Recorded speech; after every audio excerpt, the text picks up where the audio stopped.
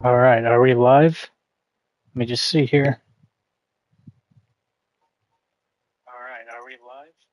Yeah. Yes, we are indeed. All right. Welcome back, everybody, to the stream.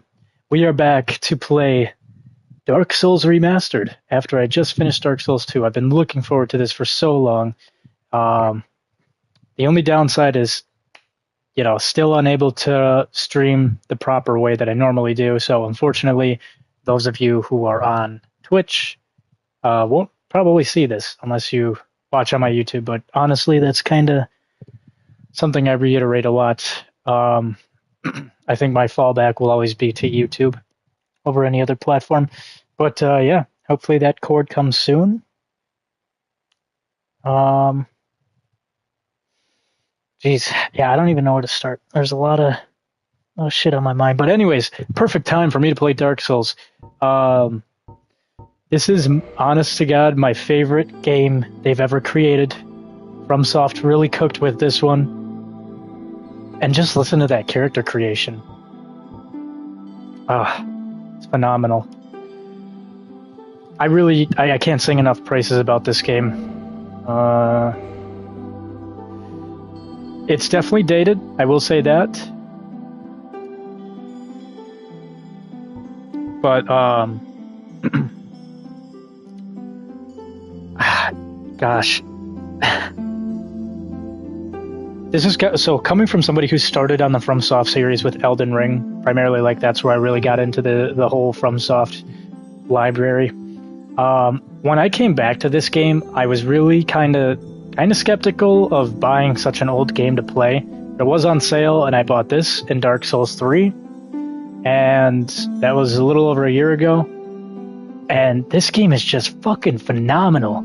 Honestly, I love Elden Ring for what it is, but this is coming from somebody who has never played this game way back in the day, so nostalgia isn't really talking to me here. This game, so good.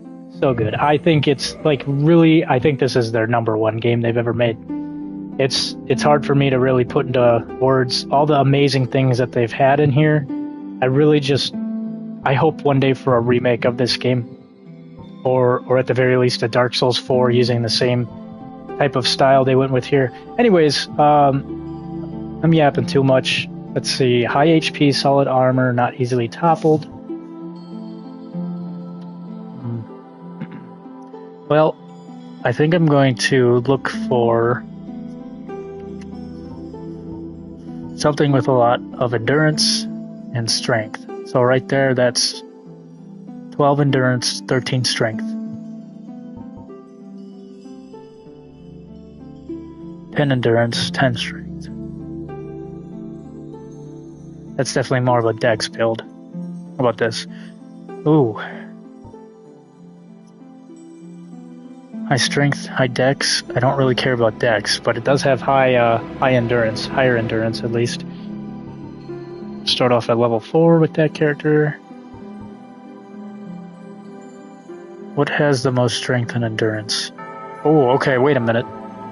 14 strength, 14 endurance. So I would get 1 more point. Looks like they're the same levels. This one has more health. High strength, wields heavy battle axe. I might actually start off with this.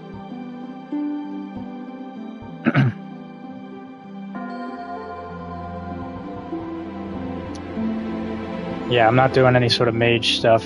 Let's do this. Let's start off with the bandit. I'll start off like that. Also, let me change my name. I don't know what kind of build I'm going for here, but when I originally played this game, I went with a dex-based build. Didn't mind it, but I kind of did. I was thinking of going strength more, so I don't know. Looking like a Viking so far. Let's go Ragnar. Classic Ragnar. Ragnar. There we go. Ragnar.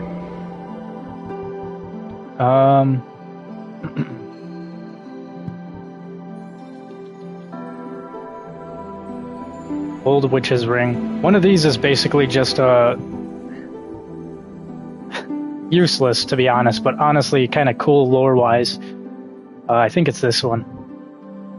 Anyways, I think the best one is honestly the Master Key. I think my first playthrough I did not pick up the Master Key, and it took me forever to actually get the Master Key. I would definitely highly recommend new players. Well, I don't know if I'd say that, because the Master Key can put you into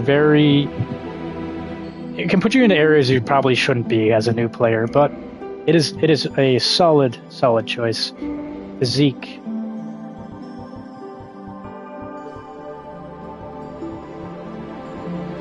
Doesn't matter to me, really. Whoa.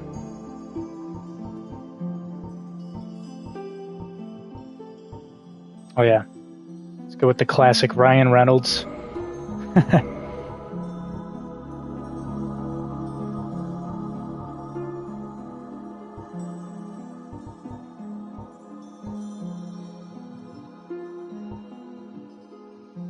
The little Leon Kennedy action there. Let's just do that, I guess. Really doesn't matter. I probably won't be seeing much of this.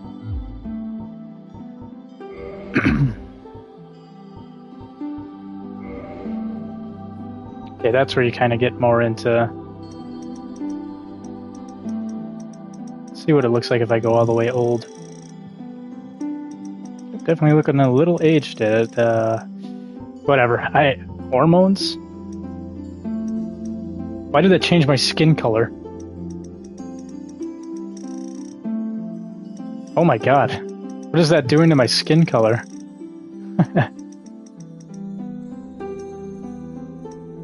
Hormones. That is interesting. I don't think I ever saw this on my first playthrough. Anyways, let's go back. What? Defaults? No. I liked what I was at. Let's do that. Let me go back. There we go. Let's accept that. Why? Physique? Average. There we go. Alright. I'm looking so forward to this game. It's so good. The story is phenomenal. Totally beats Elden Ring, in my opinion. The world was unformed. And the character, the world building. Shrouded by fog. Alright, I'm gonna shut up now. Let you guys Land of grey crags, listen to the lore. arch trees, and everlasting dragons.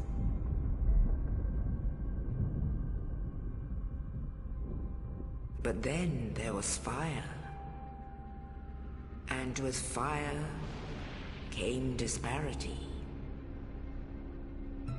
Heat and cold, life and death, and of course, light and dark.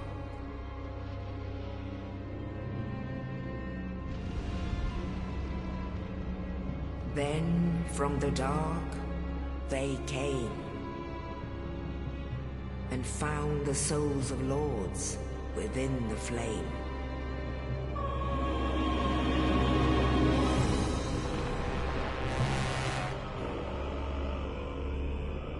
Nito, the first of the dead.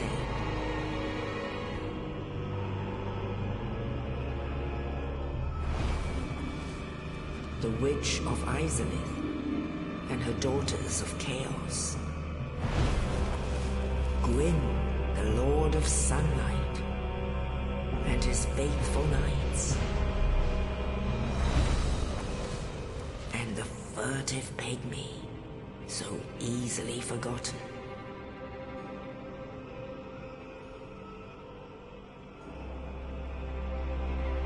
With the strength of lords, they challenged the dragons. Gwyn's mighty bullets peeled apart their stone skills.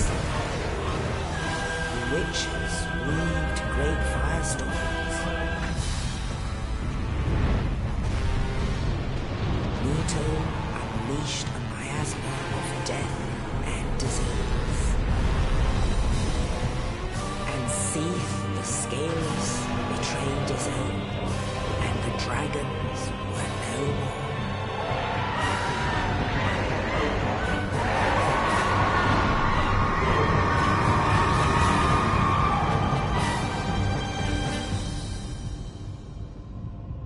Thus began the Age of Fire.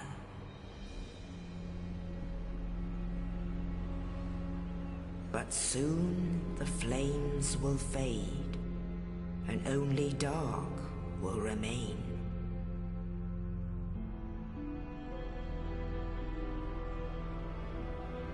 Even now, there are only embers, and man sees not light, but only endless nights.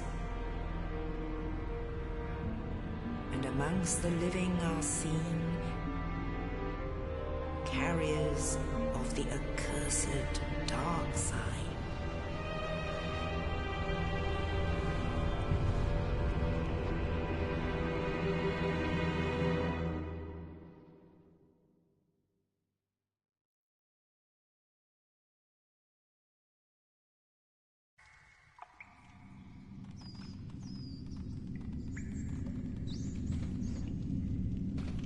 Yes, indeed. The dark sign brands the undead.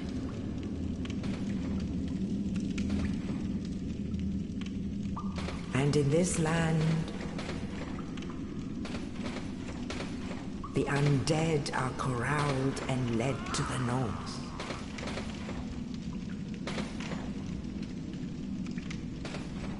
Where they are locked away to await the end of the world.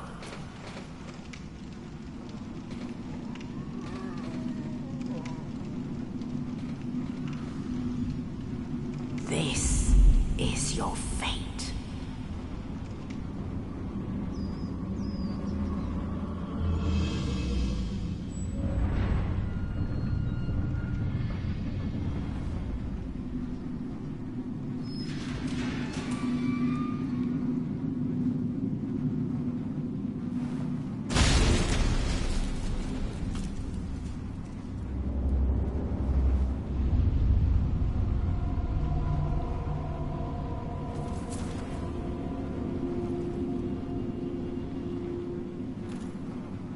True homie right there.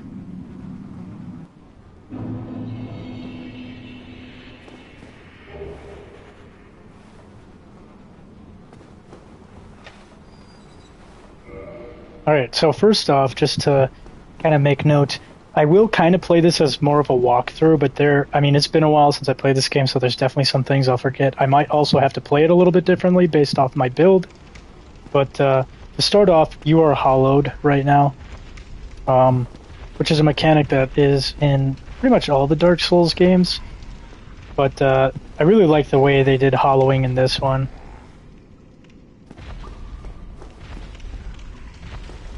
As you can see out there, we've got the, kind of forgot the name of that creature, but yeah, hollowing and being hollowed, lore-wise and metaphorically-wise in this game are very deep. It doesn't seem that deep, though, if you're not paying attention to it.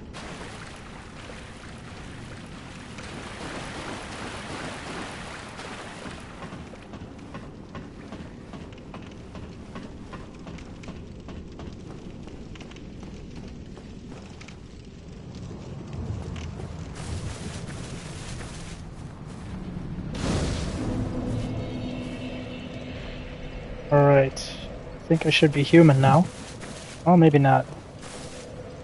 Maybe they don't let me become human yet.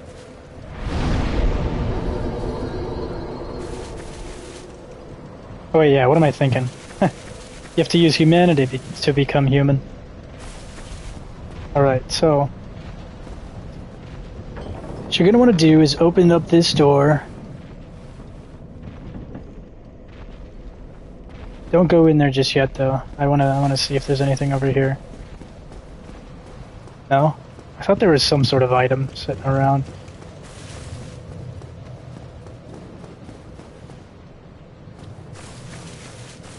Alright, whatever. I guess. Oh, and okay, here's the door. This is what I was thinking of. It does not open from this side. Okay, so you're gonna open this up. We're going to walk in. And, I actually don't remember why this isn't working the way it's... Well, that's weird. Oh, there it is. The Asylum Demon. Alright. This one I figured out right away on my first playthrough, but you're just gonna run to the left. And kind of watch out for that door, because he can still hit you through that, I believe. But that's kind of like your first, like, the first skill, or I guess lesson in this game is you'll try to fight that thing, you won't be able to. You have a broken sword right now. It does minimal damage and you'll just keep dying. I can't remember if you have to rest at bonfires in this game to, like, the most recent one, or if it just automatically does it. It's been a while, but... Alright. There's a shield right here. Gonna go into the inventory and equip that.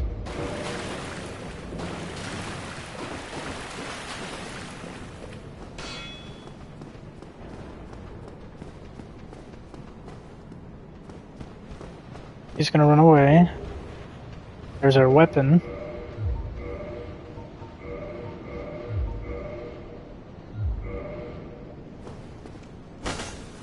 Wait, do I fat roll with this? Okay, good. Looks like wait, is that a fat roll? No, I think that's a mid roll.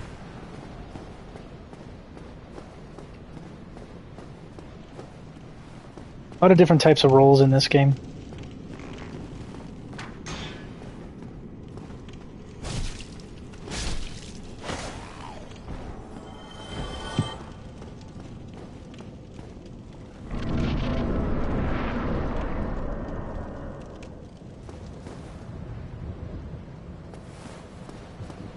Alright. As you can see, there's a character in there. Also, as you can see, there's an item up here. I think we can get this item... Well, no, I don't think we can on our first run through. But we will eventually come back to this place, and if I remember right, that's an important item that you will need later. We'll have to grab it later as well, I think. So... You're gonna run up here.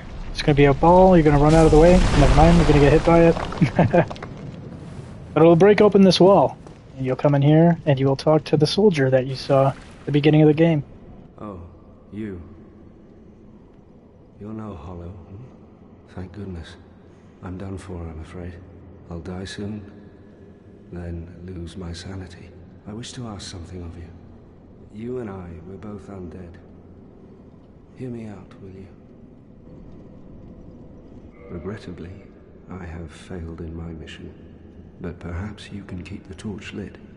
There is an old saying in my family, "Thou who art undead art chosen, and thine exodus from the undead asylum maketh pilgrimage to the land of ancient lords. When thou ringeth the bell of awakening, the fate of the undead thou shalt know."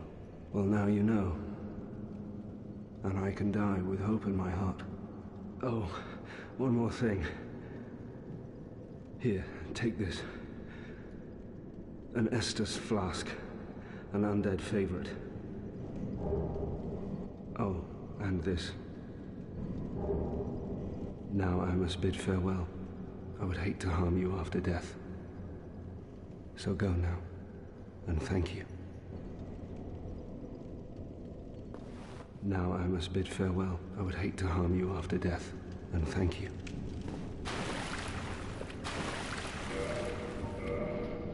I'm not sure if I'm online. Oh no, I am. I definitely am online. I'm seeing phantoms. So yeah, first, another little rule of Dark Souls is that your homies will die. They will die horrible deaths.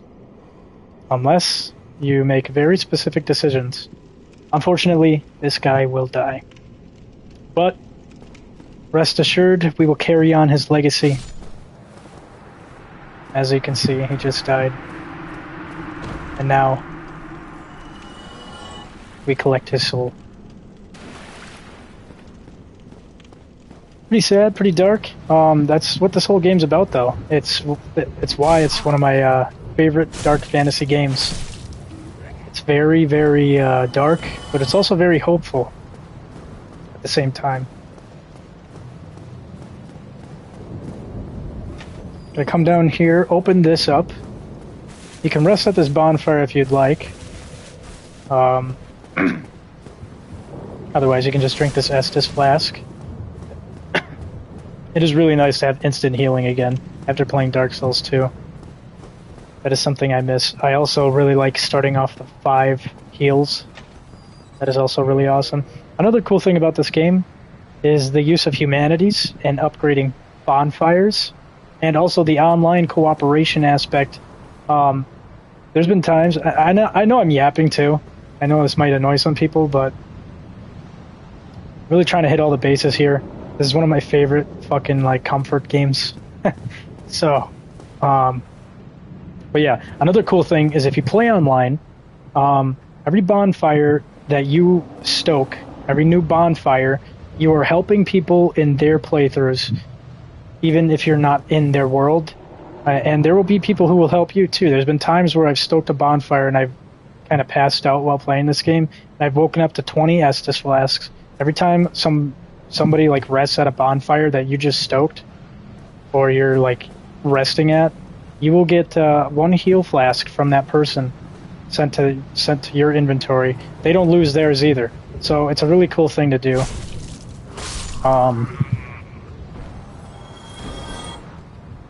I don't know. Very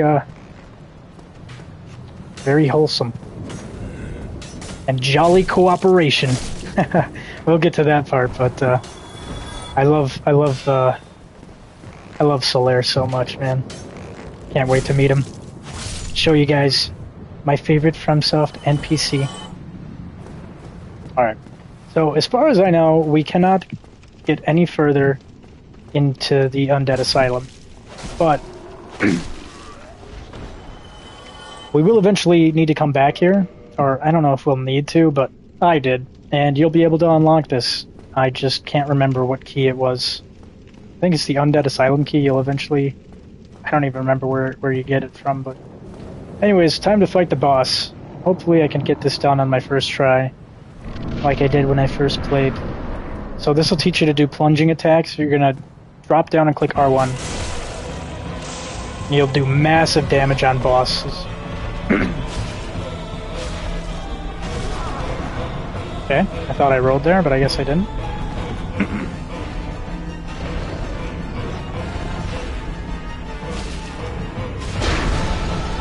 Yeah, I gotta get used to the iframes on this game after coming back from Dark Souls 2.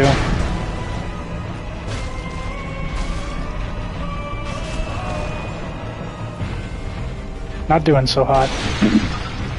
The game is a little clunky, I will say that, but it came out many years ago, so you have to give it some slack on that.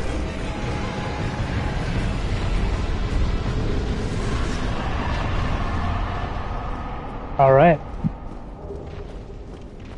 And there is our first humanity. Those are very important items for many different reasons. You can use it as a heal. I wouldn't really recommend that. You can use it to heal. You can use it to stoke bonfires to increase the intensity of bonfires. You can use it to give to your friends. You can use it to become human. What other reasons are there? I don't know. Humanities are very, very useful items, and you don't really want to waste them. You want to try to use them when you know that you'll need them, I guess. All right. So now we're gonna walk over here, and I forgot. Is his name Cuddly? In the ancient Might be Cuddly. I can't remember. Stated that one day an undead shall be chosen.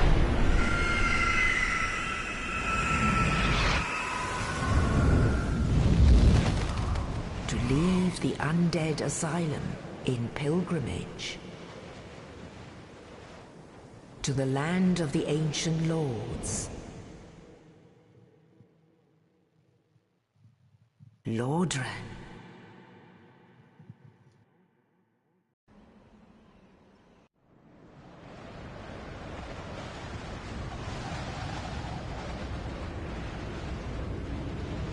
I believe his name's Cuddly. or her name. I don't remember. I feel like they change the names all the time, but this crow is a friendly crow that you can trade with, and it will also help you travel around from here to the undead asylum. Alright. Yep. So this is our bonfire. We can kindle it. Oh, we can't kindle it while we're hollowed. So we can reverse hollowing. I'm not going to do that right now. But reversing hollowing, that's another thing too, is when you're human, that's how you kind of activate or open up more online aspects of the game. And, I don't know, it's pretty cool. It's really cool. We're going to grab this humanity. We'll talk to that guy in just a second. I really like the view. It's kind of hard to see right now, but it's really cool how much work the developers put into those buildings over there. If you ever find yourself interested, watch a boundary break video where people take the camera out of bounds. All of that is modeled as if like you were meant to go through it. You don't, but it's incredible how much detail they put into this game for areas that you'll probably never see.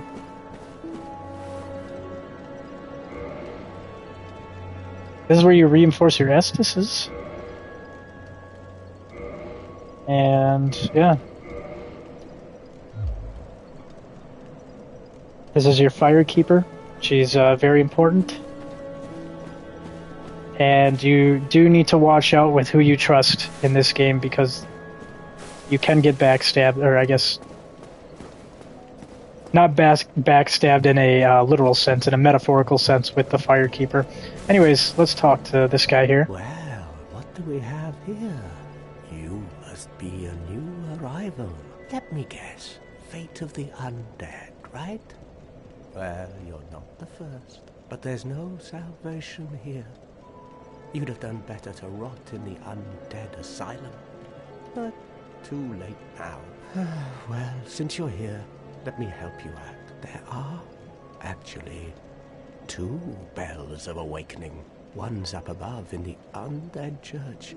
The other is far, far below, in the ruins at the base of Blight Town. Ring them both, and something happens. Brilliant, right? Not much to go on. But I have a feeling that won't stop you. So, off you go. It is why you came, isn't it? To this accursed land of the undead? Alright, and with that, you are given your 2 objectives in the game. Ring the 2 bells, one up above, one below. Any idea where that is? No? Most people don't. And I will say, do not make the mistake. I mean, you can do this. I would highly, highly advise going against this idea. It's what I did when I did my first playthrough. I'm like, oh, down below? I'll go down. You will go all the way down below. There's an elevator, and it will bring you to, what the hell's the place called? I'm kind of forgetting it. Regardless, I'm not going to go down there. It is not really meant for you to go down yet. You can try, and you will have a miserable time. So, although I do have the master key, I will show this off really quickly. Again, though, if you don't pick up the master key from your item in the character creation, you won't be able to do this right off the bat, but you don't need to worry. You will be able to do it later. There is a master key in the game. Usually, it's honestly kind of in the same spot where it's in the same time when you should be using this. What is the name of this place again? I forget.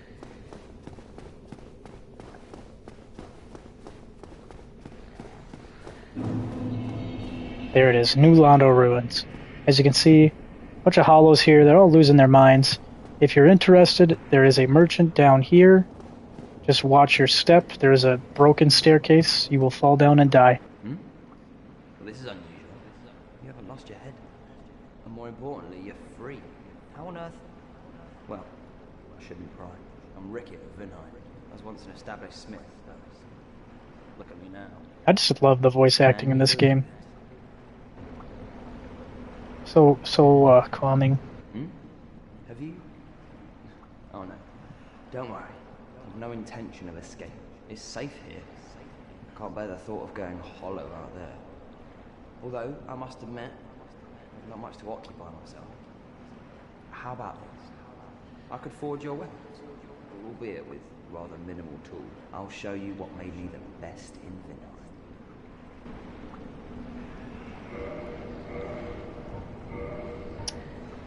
I did not know that he could reinforce your weapons. I never really go to this guy. Not really worth it. Come back soon.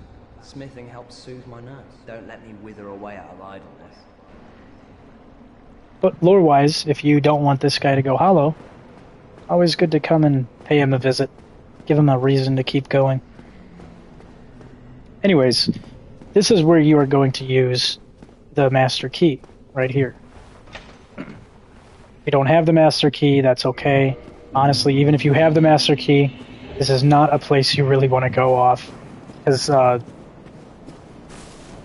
you will enter Blighttown. You can also enter Valley of the Drakes, which we're in right now. You'll enter Blighttown from the back end. This is an awful fucking place to be in right now, at this level of the game. This is where one of the bells is, though.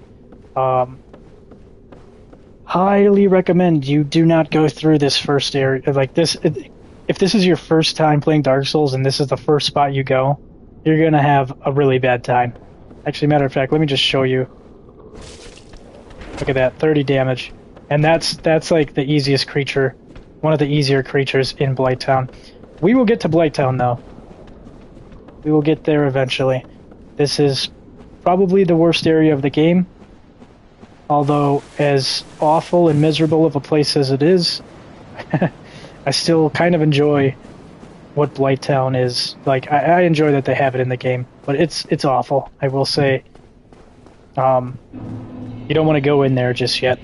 You don't want to go to New Londo either. So, that's just where you can use the master key. But if you don't have the master key, I will kind of show it off later on.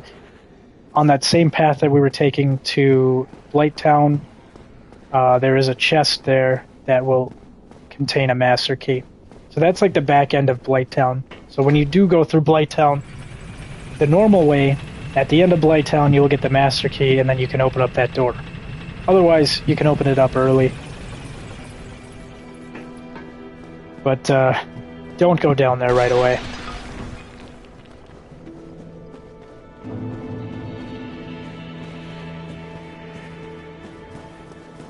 I'm gonna go back to Firelink Shrine, and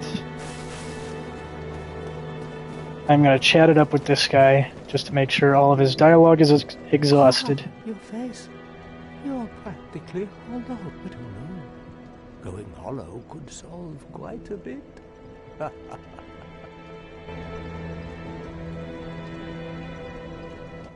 What?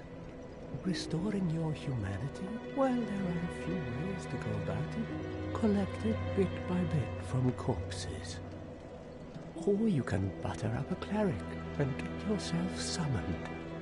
And the quickest way, although I'd never do it, is to kill a healthy undead and pillage its humanity. Coveting thy neighbor is only human, after all.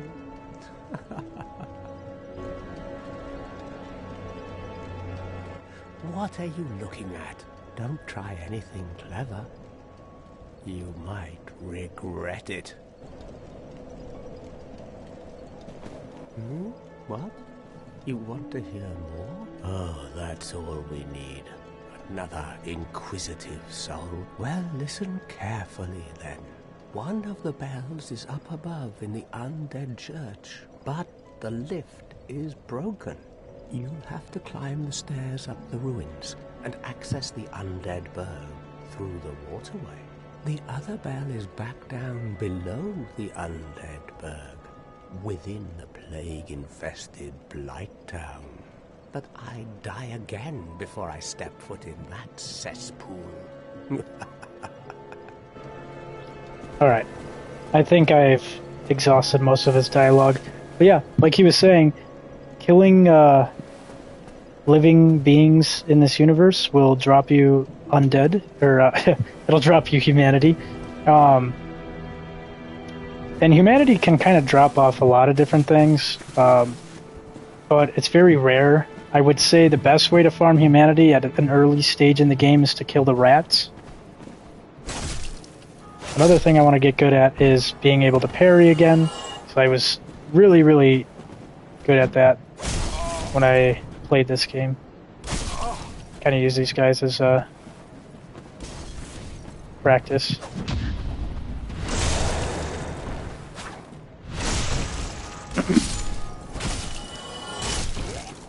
Now, if I remember right, jumping in this game was really, really weird. I think you have to sprint and then click circle. Yeah, so... there's an item over there. We'll get that in just a second here. Ooh. I don't know, I'm just glad I'm playing this after playing Dark Souls 2. I did like Dark Souls 2, but I really wanted to come back and play this game. Oh! I don't know how I'm... Oh! I spoke too soon. I spoke too soon. Oh, jeez. But there you go, that is, that's Dark Souls for you. You will die quite a bit. And that's alright with me.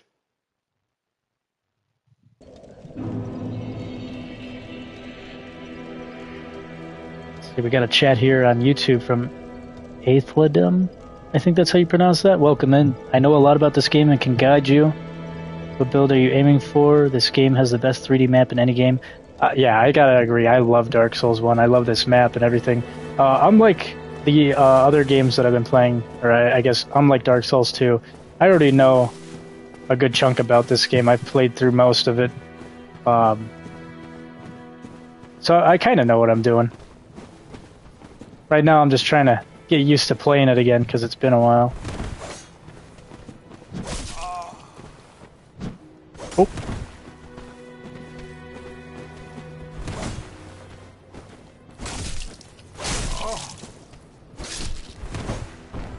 Oh, I almost threw myself off the ledge.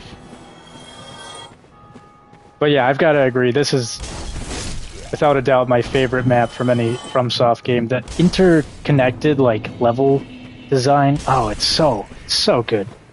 I love it. I love it a lot. I'm trying to get rid of these enemies so that I can try to get over to this item here.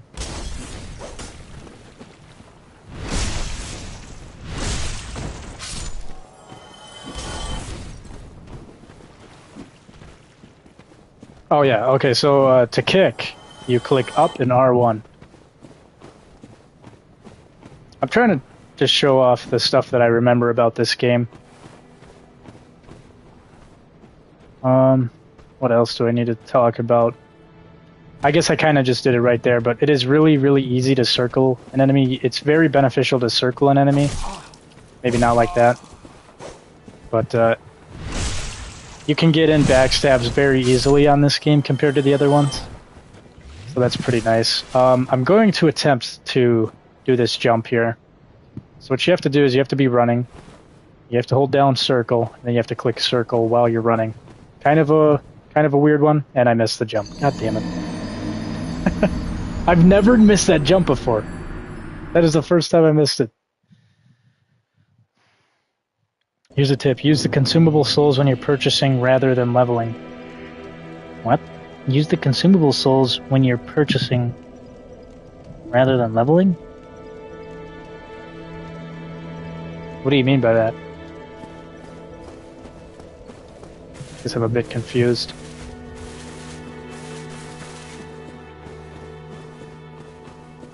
I really want that item over there. I'm pretty sure it was a ring. I might be wrong though. It's been a minute since I played.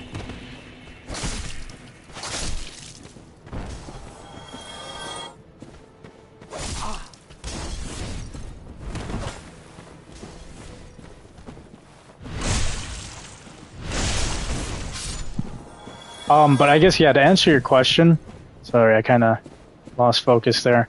I would say my goal right now is for the build. I think I'm going to go with a strength build, because the last time I played this game, I went with a dex build. And I didn't mind it, but I don't know. I think I just like dex for strength builds on this games. The soul items that you can pick up and add a certain amount of souls to your counter. Oh yeah, the consumables. I guess to jump attack, it's up in R2.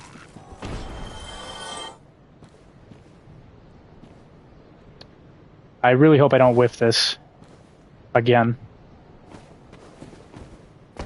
There we go. There we go. I will need to get good at doing that jump because there's a character that will pop up over in this area. Ring of Sacrifice. If I remember right, this is the ring that breaks after use. Let me see here. Lose nothing upon death, but ring breaks. Okay. These are kind of nice to have if you died and you're trying to get a lot of souls back. And I don't know. I would never like constantly, like I wouldn't put it on right now, but if I lost my souls, I would put it on and then go for it type of thing. But I remember when I played it, I never really found myself using these that much. There was also another ring that I will get after this first area that you essentially never want to take off, otherwise it will break forever. It's the Great Club at the bottom of the swamp in Blighttown. Oh yeah, the Great Club, that's a nice one. It's honestly the best one. What was your starting gift? I went with the Master Key just to kind of show off the area that you could open up early. But I don't know. I would definitely recommend anybody who's kind of using this as a walkthrough to probably, like, if you're new to the game, don't go to Blighttown first, unless you really, really like. It's honestly, it probably actually would be a good idea if you're new, because it'd be like when you're first learning to drive. And you start off driving in the winter, and then everything else feels easy. I feel like that's what would happen if you played this game and went to Blighttown right away. Yeah, screw the deaths. Oh god, the deaths. Oh god. Could you imagine? Oh jeez. Imagine going through Blighttown and then getting into the depths, and that's your first 2 areas of the game when you ever play. Oh, and then getting cursed. Oh god. Yeah, I would say any newcomers to this series, stay away from that area. Alright, here's the rats. These guys can sometimes drop humanity. But he did not. The key is the best one. I agree. I feel like the key is one of the better options to pick from. You only go in there to get the large ember and the pyromancer. Oh yeah, that's right. Alright, so this area is locked right now. We will open this later from the other side. Maybe I should go human. Maybe I should just try going human, because I remember the first time I played this game, I actually got...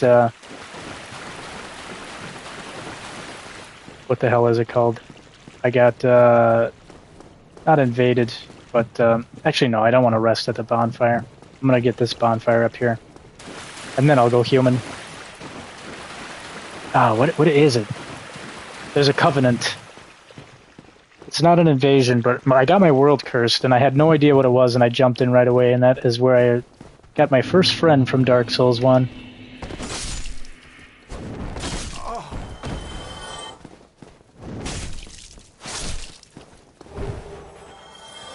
Got some armor there. Dude, it is so nice to have instant healing back again, and to have 10 Estus flasks. I feel like I'm being spoiled after playing Dark Souls 2. Oh wow, we both went for the same attack.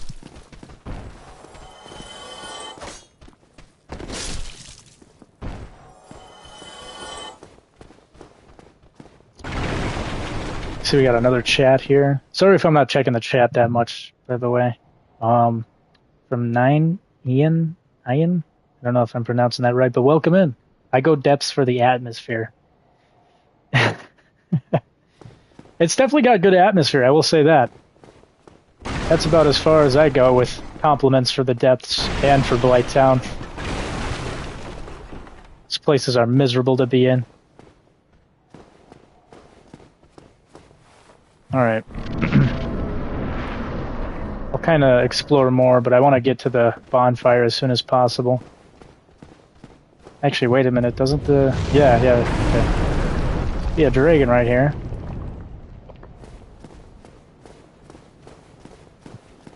Alright. Let's try to get to the bonfire as fast as I can.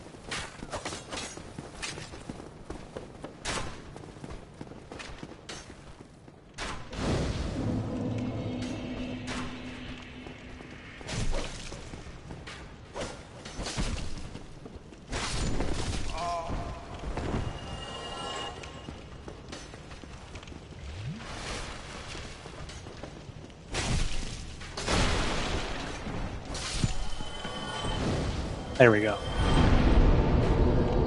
Save your humanity for kindling, summoning NPCs. Yeah, that's another thing. I was kind of mentioning on that before, but like humanity is a very important item to use, but you don't want to use it too much. Like it does say that in the description about how it can be a heal, but I would never use it for healing. There's only one time that I ever decided to use it for healing, and that was in the Ornstein and Small boss fight, which thankfully I got done on my first try when I played it back then. There is an area where you can farm humanity very well, but you probably won't be able to go to that area until later on in the game. That would probably be the Abyss area. I would get a lot of humanity from there. It's a wyvern. Oh, there it is. That's what I'm talking about right there. That is the beauty of this game. Somebody else in their world just sat at this bonfire, and because of that, I was rewarded a extra Estus flask in my world. So it's pretty cool. I like it. Sorry if somebody already asked this. Is this your second playthrough? Yeah, I would kind of call it my second playthrough. My first playthrough, I never recorded or anything. I played it about 1.5 years ago, and I really enjoyed it. I really liked it. I never beat it though. The last place I got to was it called the Crystal Cavern or something? It's right after the Duke's Archives, and it's where you, not to spoil anything, but it's where you have a lot of invisible platforms, and yeah, wasn't a crazy fan about that area. But anyways, we're gonna level up. Oh my gosh, wow, we could get to almost 20 right off the bat. I'm gonna play it smart though. I'm gonna play it smart. Let's just do... pump some into there, and then I'll pump one into here. Just for now.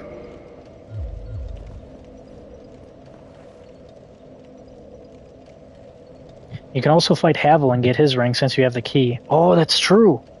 I can fight Havel! I don't know if I'd want to fight Havel right now, but he does drop a really nice key.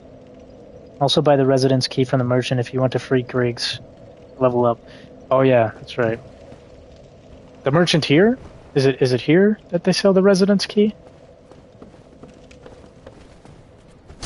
And is Griggs the dude in the gold armor? I can't remember. I'm sure I'll notice him when I see him. Oh!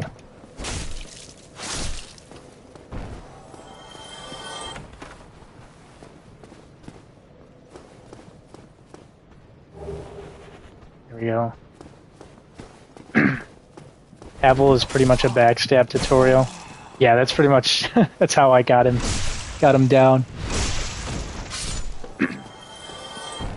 I guess another thing too is there's hard humanity and there's soft humanity. Right now I have none of either of them, I guess, but soft humanity is what you have in the top left corner of the screen.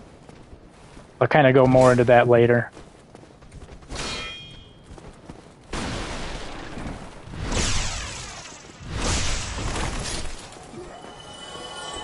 Briggs is the Sorcerer Apprentice. Oh, is he the one that's in the later half of Undeadburg? When you go down below? Oh. Are you gonna do something, or... There we go. Yeah, Griggs, he's the one that's in, like, that room with a bunch of barrels, if I remember right. Okay, so there's a merchant down here. There's also enemies down here as well. Well, now, you seem to have your wits about you, hmm? Then you are a welcome customer. Excuse I trade me. for souls. Everything's for sale.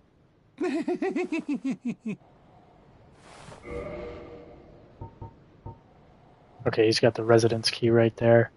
I think another thing I'll invest in is some arrows right now. What a waste of time. Go and fall off a cliff. I would definitely recommend anybody right now that would, on your first playthrough and you're here, to invest in the bow and arrow, like right off the bat. And there's a reason for that I will get to in just a second. It'll be after your first boss fight here.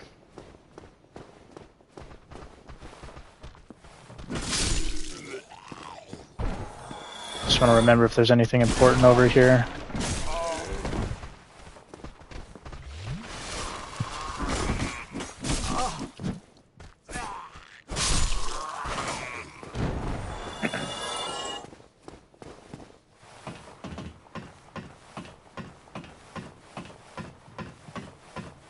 The Drake sword cheese. Okay, yeah, that's what I was getting to. You can get a very, very useful item, but I will say that the Drake sword is kind of, it's one of those things that you don't want to rely on too much when you first get it, because it's kind of complicated. But I will say it's nice to use, but never rely too heavily on it, especially as a new player. You'll get that thing, you'll be like, holy shit, dude, yes, this is awesome, I'm never going to use any other weapon in the game, and then you get to, like, Blighttown, and you're like, dude, what the fuck? So I will say, it's nice to start off with, but it's not something you want to get too crazy with. You don't want you don't want to invest too heavily into playing the game with it. Anyways, let's see here. I honestly never recommended that. Emphasizing the importance of weapon reinforcement is much better. Yeah, I'm kind of just... Oh, this guy is getting a little close there. Kind of just wanted to point it out.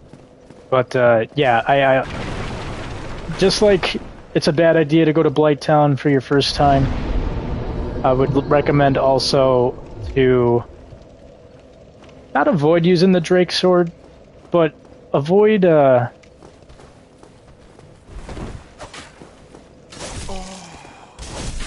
Okay, this is embarrassing. I'm getting shit on by these guys. I don't know, I think the Drake sword has its uses, but...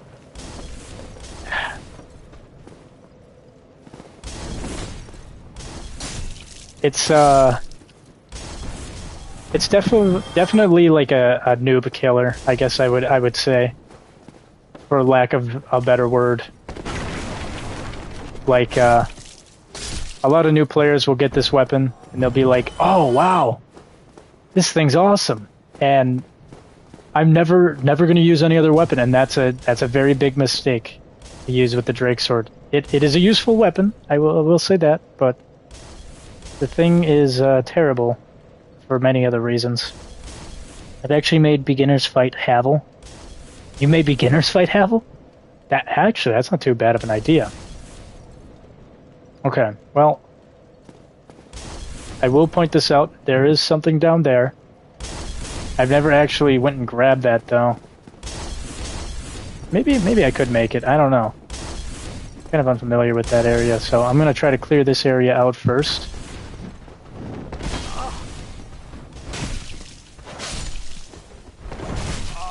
Oh boy. There we go. Dead off the dab. Jeez, I'm looking like a new player right now. I can't believe it. That's okay. In my defense, I've only been playing more recent FromSoft games, so I'm getting used to playing this again, but I wonder, maybe I should try fighting Havel.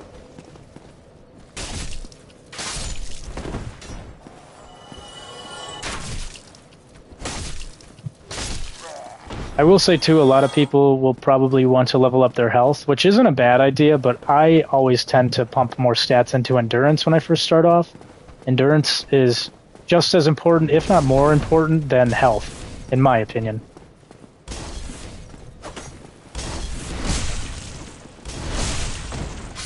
I'm very much the type of guy that I would rather have endurance higher than my health. Yeah, let's go get our souls back.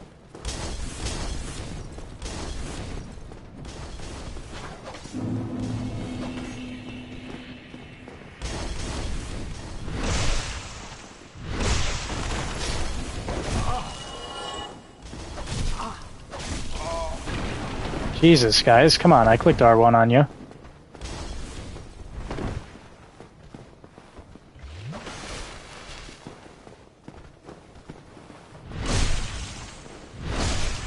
The hollows are kicking my ass.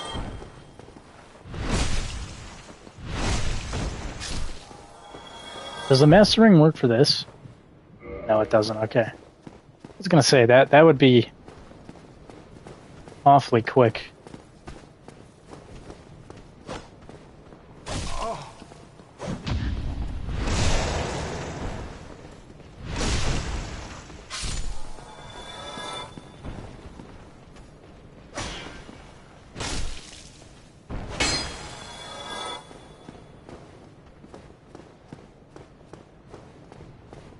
I thought there was an item over here. I guess not.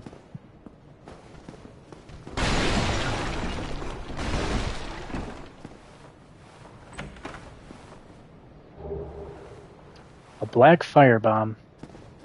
I guess another thing that I'll want to get to is alluring skulls.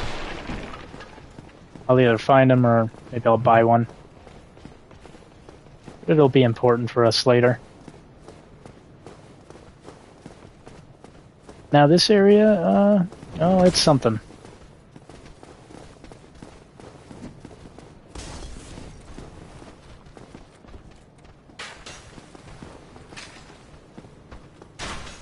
Actually, I'm just gonna run up here.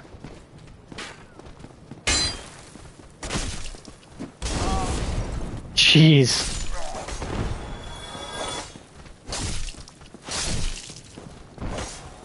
What for? Oh, how do I say this without spoiling it for anybody? I'll just say it's very useful for the boar that shows up later on in this level.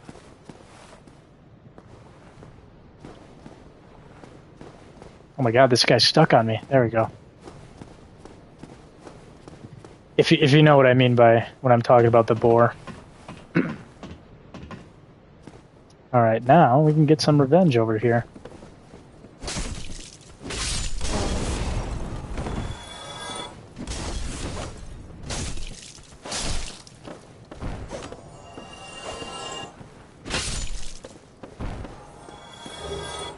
And then get a consumable.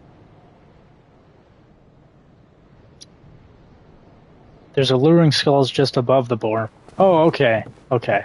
Nice. Here, I thought I was so creative when I figured that out with the boar, but I guess the game kind of spells it out for you. Wasn't there a chest over here? I swear there was a chest. Maybe I'm losing my mind.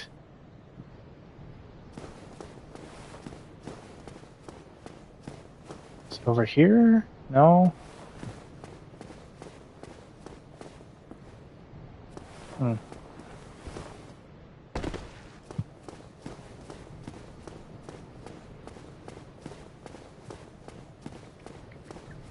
Trying to remember. It's been a while since I've done the Undead Burg. That was like literally the first area I played in this game. Not the first area. The first area I went to was New Londo, and then I was like, dude, fuck this game. This is way too hard. And then I figured out, oh wait, there's this area. Okay, here's the chest. Gold pine resin. Pretty useful to put on your weapon during some boss fights.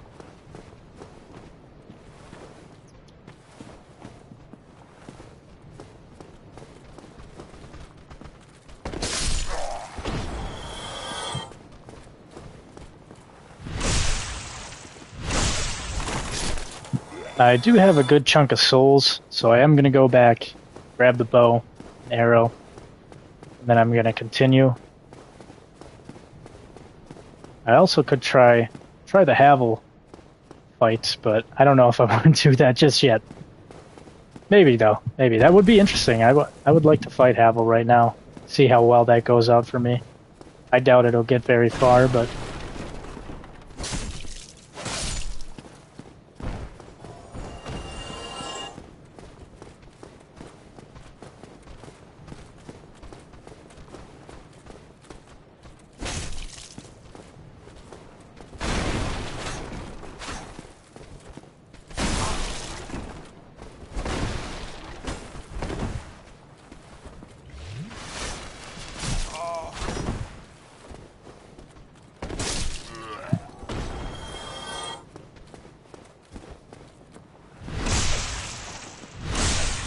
if a beginner can do it, that is true.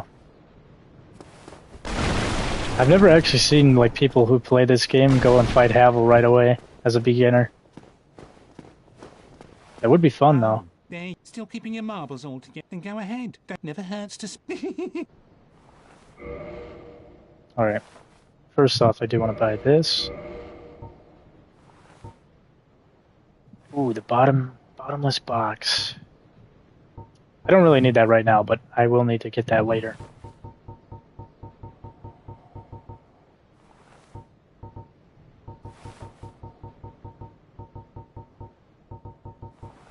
Where's the... Oh, there it is. Buy that.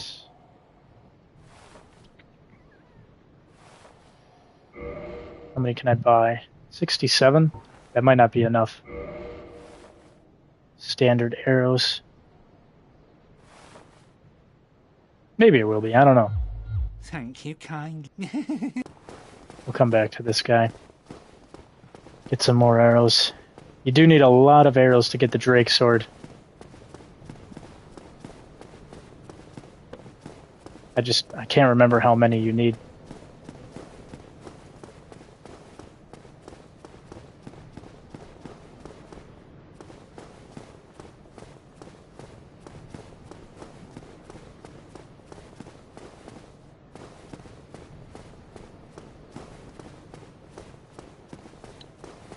You know what? I might try fighting Havel. I can't believe I fucking forgot about that thing. I totally forgot that they throw a barrel down the stairs. Oh, look at that. I got one soft humanity. That's what I'm talking about. In the left-hand corner of my screen, I got one soft humanity right now.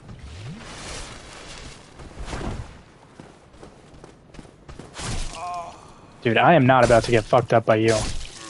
Get out of here. Alright. Here I come, Havel, with one heal flask.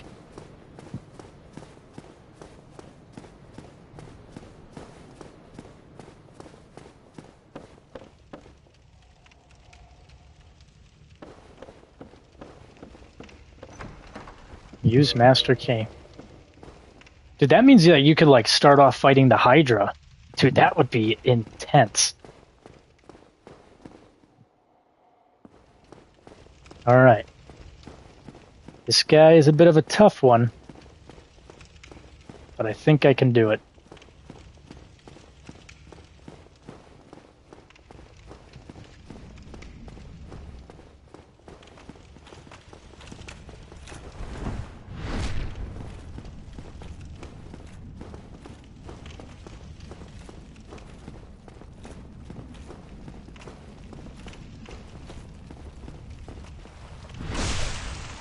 Six, 36.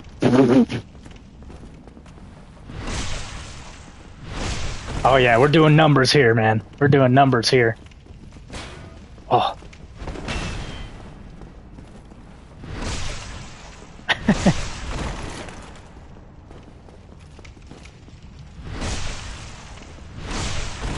God, I can't even see his health bar being diminished at all.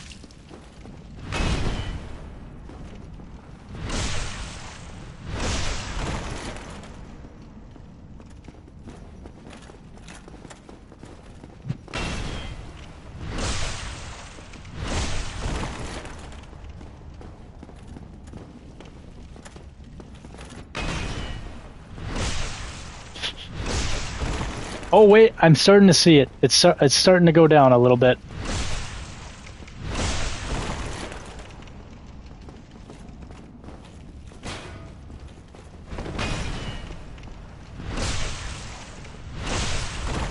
It's gonna take forever, but it will be worth it.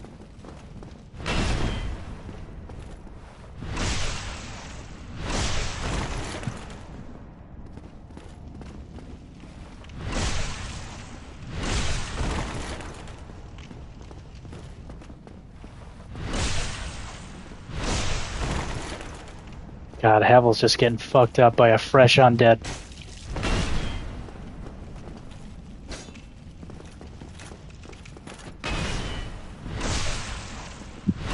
There we go, we got him halfway down. Oh, I rolled! I swear I clicked circle. Oh, man.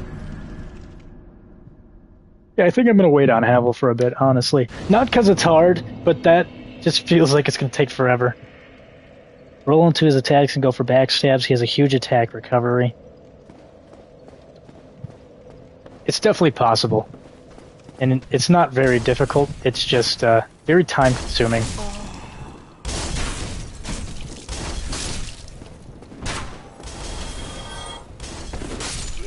But honestly, it's very much reminiscent of what I'm about to do with the dragon in a bit here. And also somewhat similar to another enemy that is further down in that tower, the Hydra. But I don't know if I want to go deal with that just yet.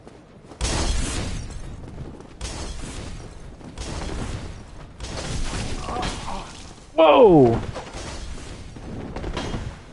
Whoa, guys, whoa! Hold on. Hold your horses.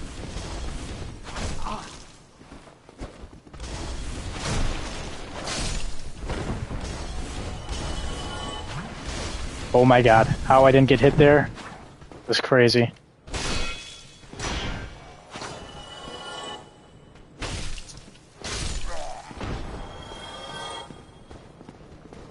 Alright. I am just going to over here.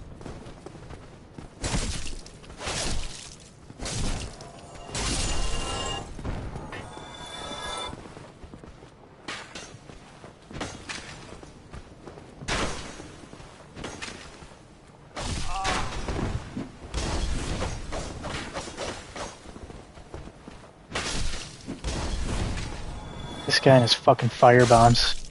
Get out of here.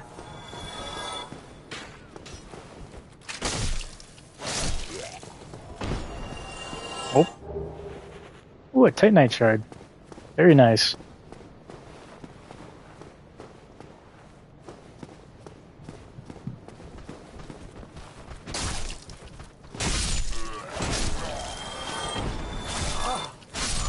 Dude, I'm fucking rolling. What is my guy doing? Very not cash money. I am dying to undoubtedly one of the easiest enemies in the game, over and over. But that's Dark Souls for you.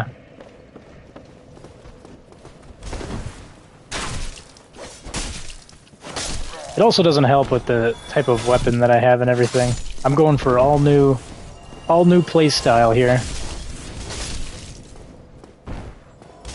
I could just run to the boss fight. I feel like that's a very bad idea though, but let's go for it.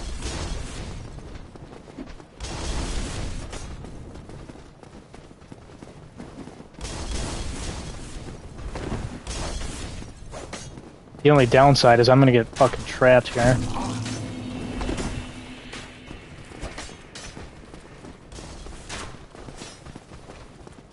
Oh, thank you. How nice of you.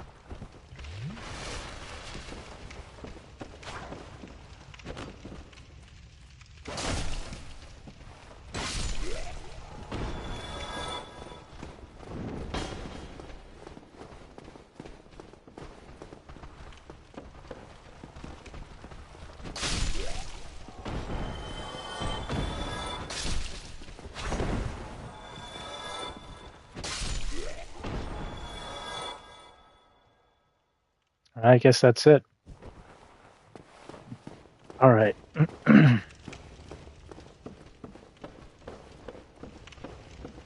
One thing I will say about this boss fight, somewhat of a gimmick, but not really. I wouldn't say gimmick, but this is a little tool to make this boss fight a lot easier that I didn't figure out until after I died a couple times. Is there's a ladder right here. You'll climb up here. It will help you out with the boss fight tremendously.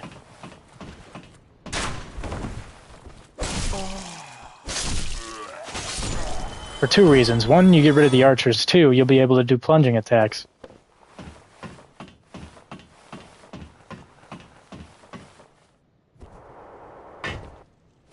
There we go. So we're gonna come over here, aggro him, get him started. And then you are going to run all the way over here. Hopefully I can do all this in one try.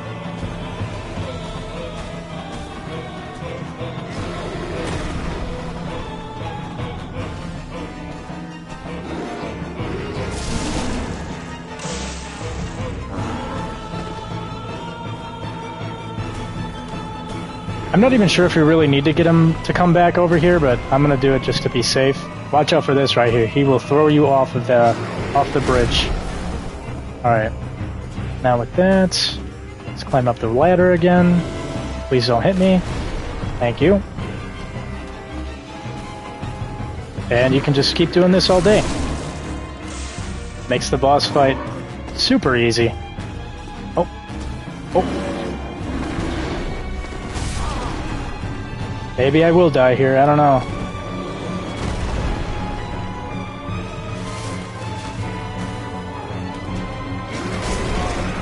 Oh, he almost got me. He almost threw me off. I'm dead. Jump! Or not jump, climb! Okay, okay, okay. Not my best work here today, but... And I whiffed it. Nice.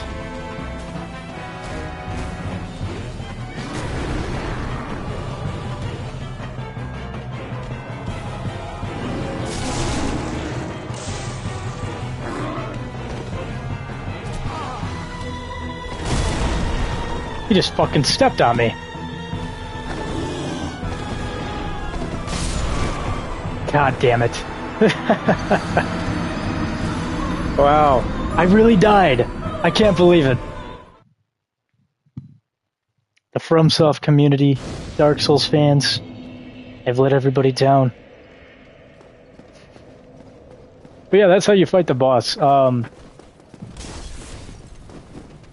Alternatively, you could just fight him on the ground. Takes a lot longer. That's what I was trying to do for my first playthrough, until I turned around and realized, hey, there's a ladder here. And also, my cat is messing with something right now. Very bad time to be doing that, kitty. Because I can't even stop you. Hey!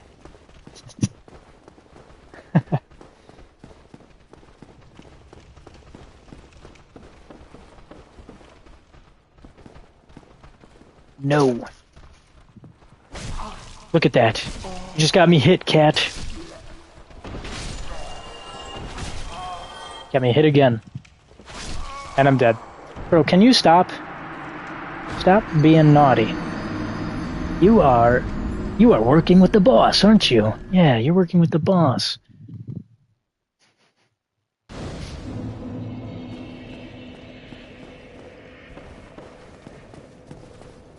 I really thought this would all be super easy for me, considering I've dealt with all of it before. Now I have the knowledge of the game, but I guess not. I could always... that's not really a problem. I could stoke the fire, give me more Estus flasks, but that's not really my issue. My issue is not the lack of heals, it's just staying alive long enough. I'm not even going to fight these guys, to be honest. I was kind of worried about them, like, maybe swinging through the boss wall, but I doubt it. I think I'll be fine. Oh no, they are there. Well, as long as they just stay there, that's fine.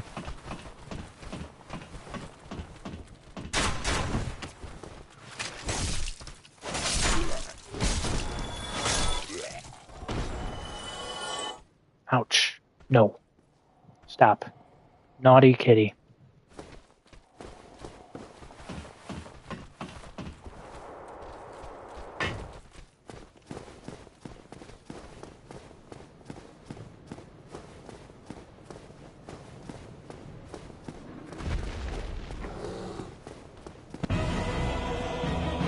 Let's try it again.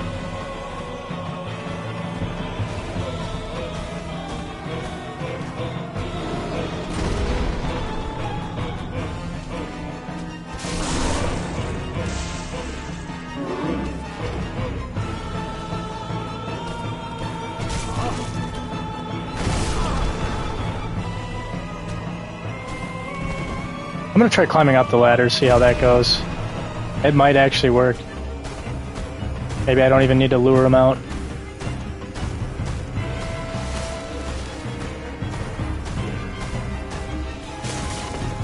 How was that not? How is that not a plunging attack?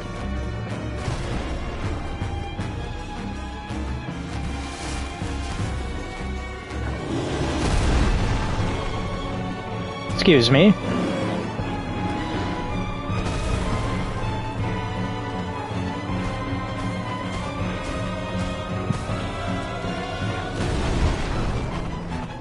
I don't know why now, of all times, my cat decides to antagonize everything in the building.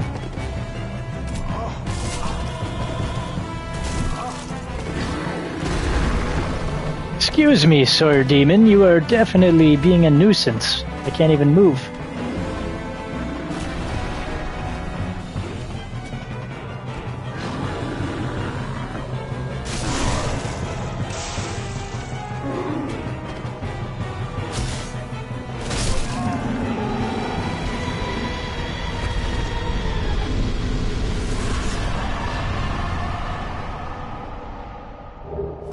Alright, there we go.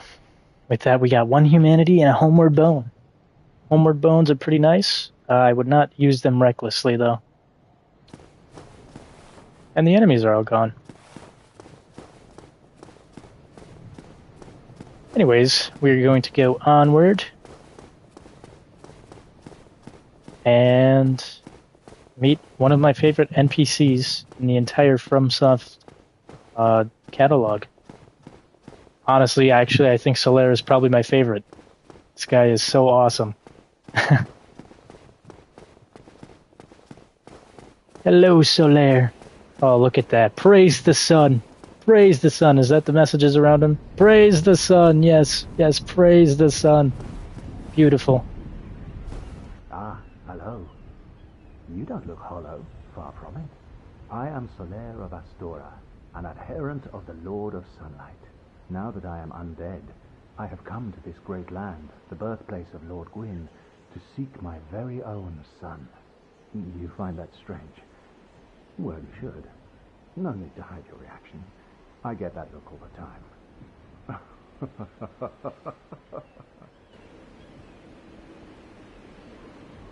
Oh, aha. So I didn't scare you. I have a proposition, if you have a moment.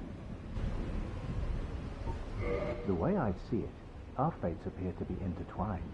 In a land brimming with hollows, could that really be mere chance? So what do you say? Why not help one another on this lonely journey? Of course. This pleases me greatly. Well then, take this. We are amidst strange beings in a strange land. The flow of time itself is convoluted, with heroes centuries old phasing in and out. The very fabric wavers, and relations shift and obscure. There's no telling how much longer your world and mine will remain in contact. But use this to summon one another as spirits, cross the gaps between the worlds, and engage in jolly cooperation. Of course, we are not the only ones engaged in this, but I am a warrior of the sun. Spot my summon signature easily by its brilliant aura. If you miss it, you must be blind.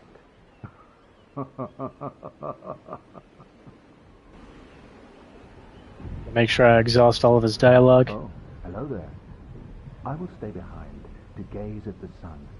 The sun is a wondrous body, like a magnificent father. If only I could be so grossly incandescent.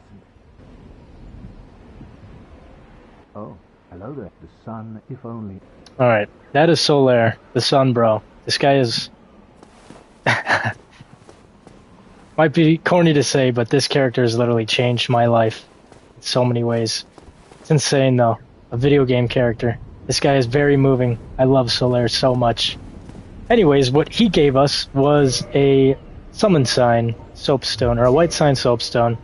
It is how you engage in jolly cooperation, as he calls it, but essentially it's a multiplayer item, and this is how you basically get summoned into other worlds to help people. Super fun, super cool, if you're into that type of stuff. Otherwise, Solaire will be with you every step of the way throughout the game. Well, mostly. To fight most of the bosses, his summon sign will always be outside of pretty much every boss fight in the game. And to follow his questline, you will summon him in. He is just your bro, man.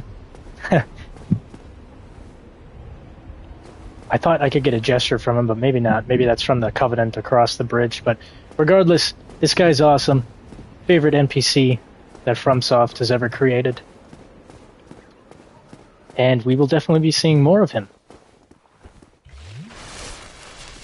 This door will lead down to the Undead Burg, I believe it's called. We can't open it right now, but we will be able to eventually.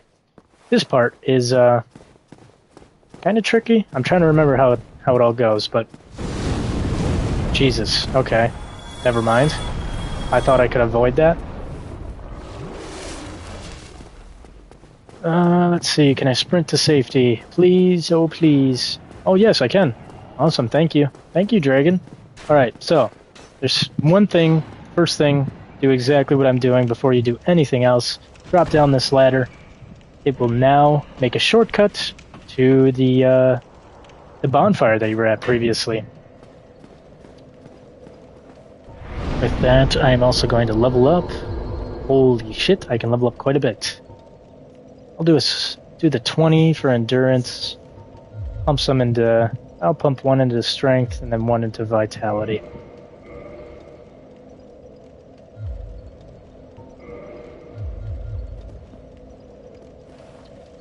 And... am I able to use the bow? I am, I think. Unable to use this... Oh no, I can't. Why not? What do I need?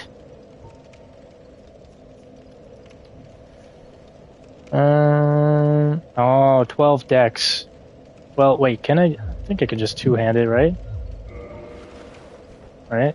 That should work. Maybe? I don't know.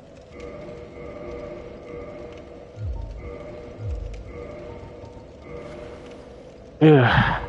I don't want to level Dex. I do not want to level Dex. No, it's still an X. Okay. Might have to level Dex a little bit. Maybe not, I don't remember. Fuck Dex, though. I did one playthrough with Dex. This playthrough is probably going to be a strength one.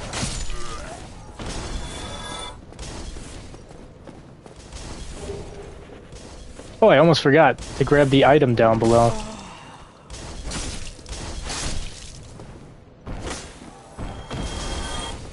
My cat is going crazy right now. Alright, I'm going to try to get this item. And I whiffed it. I landed somewhere else, though. For a split second there.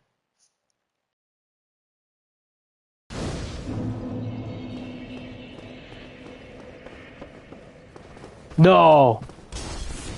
Where are my souls? Where are they? Oh, they're over there. Well, I'm not getting them back.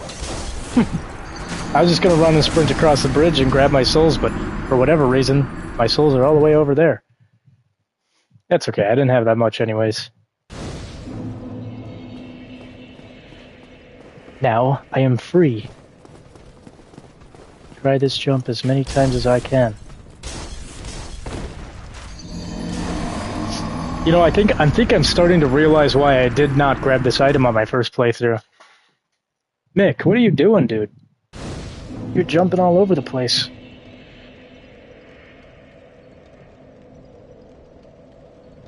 My cat is going crazy.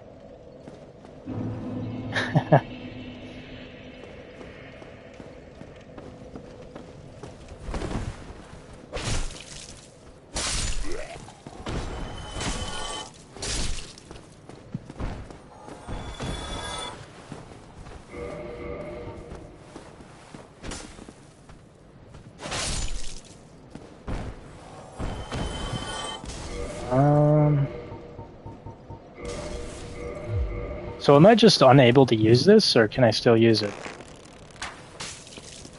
Oh boy.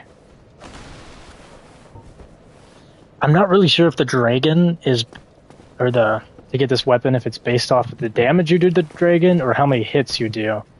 But I don't think I want to risk it and find out, so I might level up Dex. I really don't want to level up Dex, though. I really don't. That's 3 levels into Dex. I should have looked before I leveled up from the boss souls.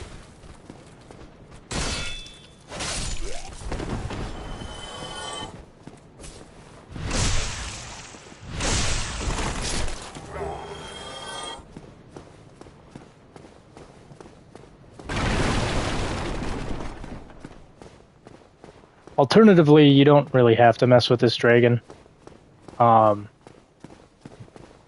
If you don't want to get the weapon from him, but I do, just to show it how it's done, and also because it does kind of help in the beginner area of the game.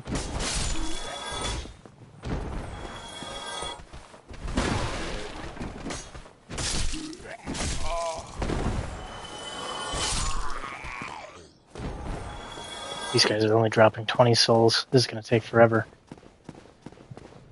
I could use my consumables. I really don't want to use my consumables on something like this, though.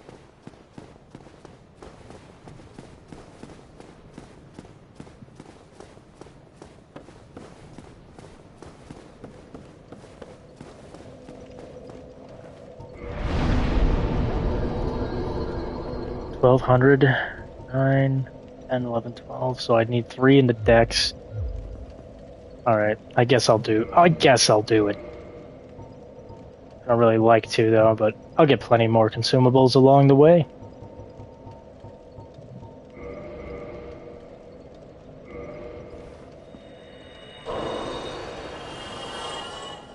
Alright, well that is not as much as I thought I would get, but...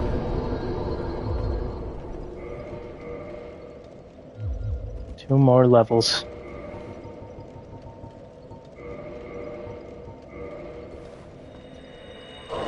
And again, this is something that you don't really need to do. I do kind of want to point that out. This is not mandatory, so if you don't want to do it, you don't have to. Honestly, I recommend not doing it as a beginner because it is a crutch that you will lean on and it will not help you in the long term. But just for the sake of, you know, showing things off and collecting things, I would like to grab it, so.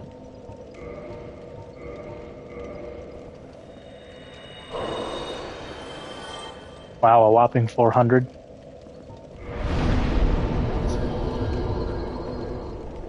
Alright, well, looks like I'm gonna have to farm.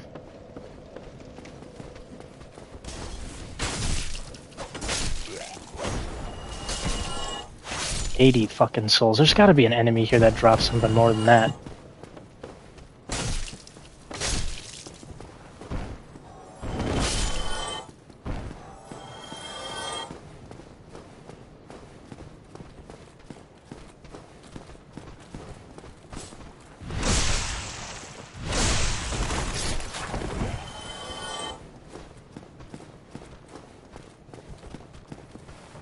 So I guess I haven't really pointed this out, but I've been kind of doing it quite a bit.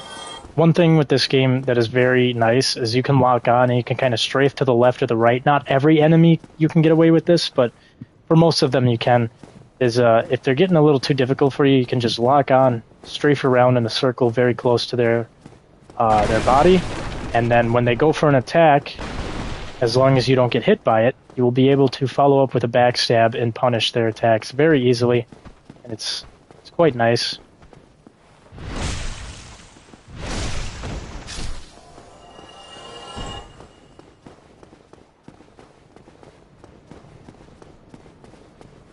think one more round of killing all these hollows, and I should be able to level up Dex.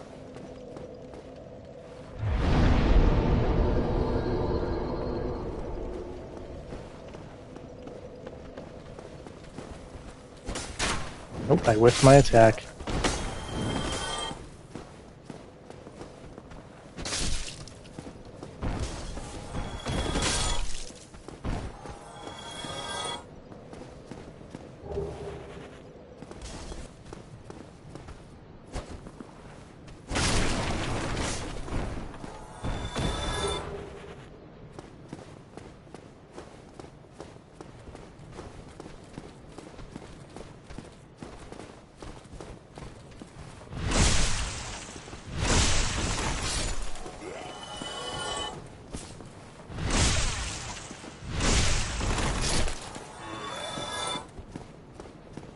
Alright, that should be enough. I think it was 16 something, right?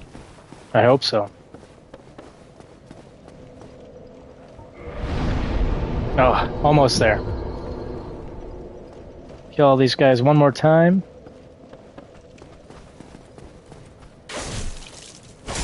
I also will probably grab some arrows as well.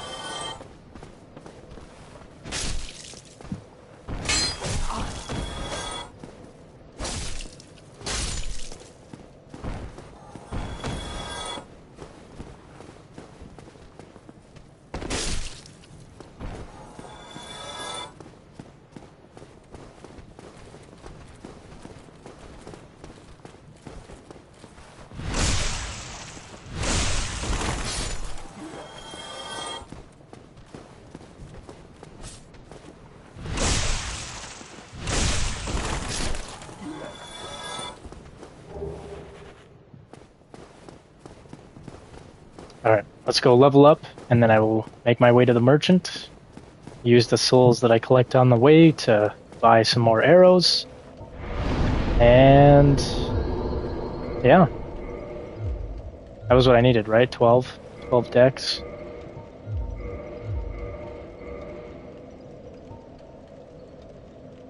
Yeah, 12 decks. So I know this might be some kind of confusing to a new player, but when you hover over an item, or a weapon more specifically, and you click square, it'll toggle the display. And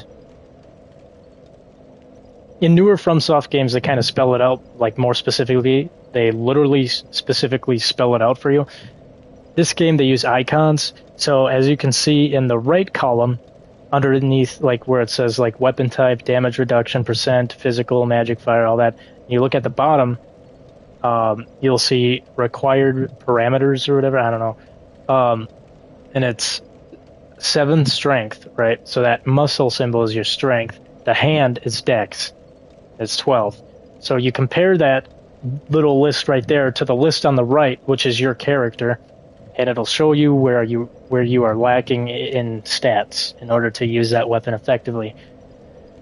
And yeah, that's pretty much it, I guess, in case anybody was confused about that. That's the item window in a nutshell. There's definitely a lot more to it. As you can see, there's a lot more numbers, a lot more stuff to... Oh no, the item fell!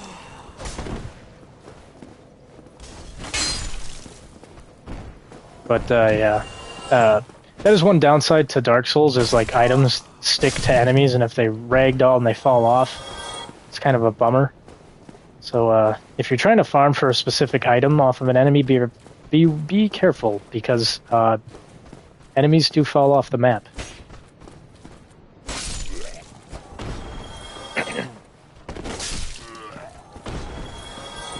But yeah, anyways, yeah, there's a lot in the windows, in the pause menus and all that, inventory, equipment, or whatever you want to call it. It's hold on, this guy's trying to mess me up here. It can be pretty daunting and kind of confusing, but it will all make sense as you play. And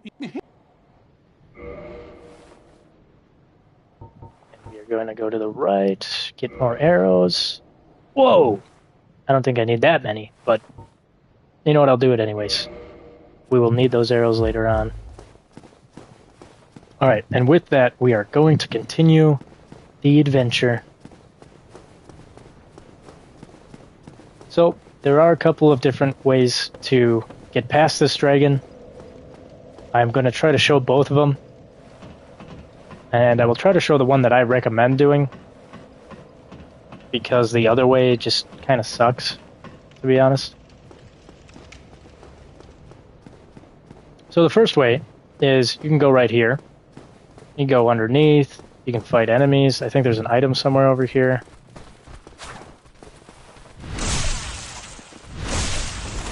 Get rid of that guy.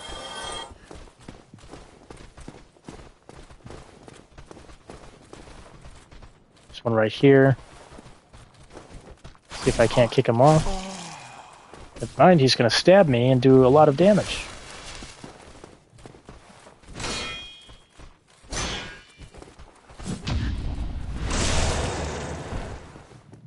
I don't know if I said this already, but pairing is with L2, by the way.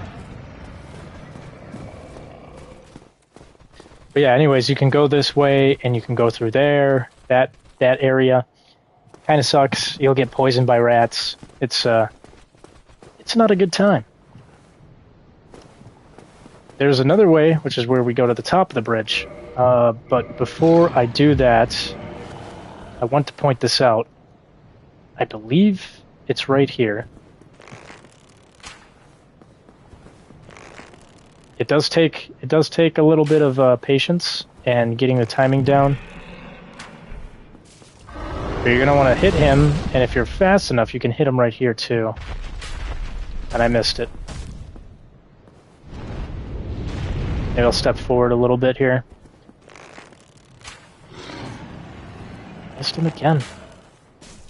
There we go. I think if you aim at that tower and shoot right there, there we go, I did it. You can get 2 shots off. So, you're gonna shoot at the tail, it'll move. You gotta kind of wait for it, be patient. I missed it again. This is why you get so many arrows, because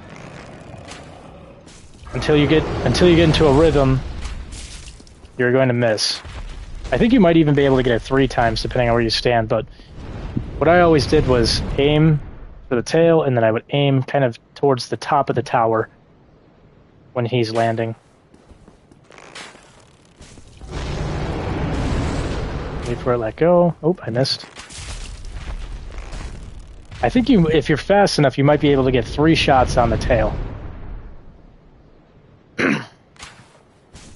This does take a little bit of time, but it is all worth the patience. As long as you keep patient, you will get something very nice out of it.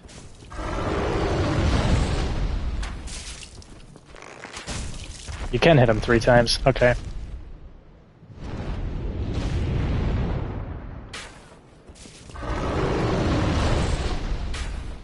Missed him.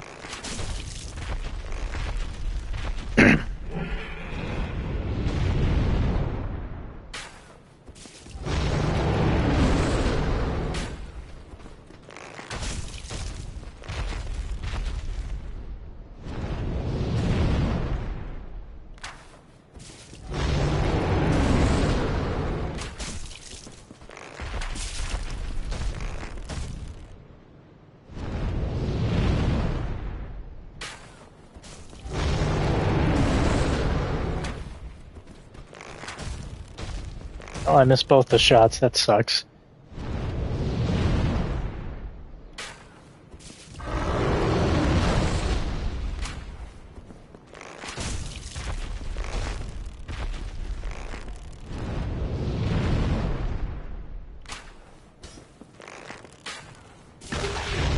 There we go. I got the Drake sword.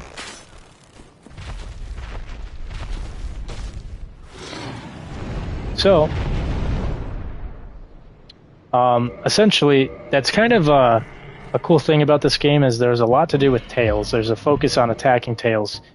If you attack the backsides or tails of enemies in this game, especially bosses, they will drop weapons for you if you can break their tails before you kill the boss.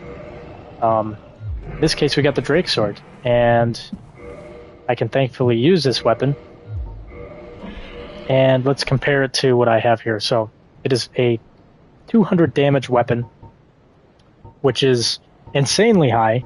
It is better than any weapon that I have. Now, what I want to point out here is, if I remember right, this is not a weapon that you want to lean on too heavily with. Don't worry about upgrading it. Don't worry about like constantly repairing it or anything like that. Because that's the big downside with this weapon is it will... I mean, there's a lot of different reasons. I'm trying to remember all of them, but the main one is it breaks really, really fast. You will need to repair it constantly. And it's also really, like, it seems like a really good weapon, and it is right now. It is a very good weapon to have. In the grand scheme of things, this is a terrible weapon to use, especially the later half of the game. So what I will say is, it's nice to have. It's nice to use right now. I've kind of said this, but I really, really want to drive that point home and reiterate to new players. If you are watching this and you're a new player, do not focus on using this weapon for the rest of your game. You will have a very bad time if you do. But I guess I'll point out one of the cool things, a couple cool things. So the damage, obviously, it'll one-shot pretty much all these enemies. Also, and this is something that does a shit ton of damage to bosses. It has a special move on the L2. If you wait, is it L2 or is it R2? It's R2. So that attack, if you're two-handing it, does a shitload of damage. The thing is, though, if we take a look here, where is it? Toggle display. There it is. So if you look in the right column, underneath weapon type and damage reduction percentage, all that stuff, you'll see at the bottom there's weight and there's durability. As you can see, just from that one attack, I lost 30 durability. It started with 360. I used that one attack. It is at 330 durability already. So this thing breaks insanely fast, especially when you use that attack. So use this weapon sparingly. It's best to just use it in the starting area of the game, but don't lean on it too heavily. So what we're going to do here is try to get rid of these enemies. We'll get all their souls. And you're just going to run over here. And if I remember right, you kind of just pop in and pop out. And you're going to do this a couple times. It's kind of similar to Dark Souls or Demon Souls.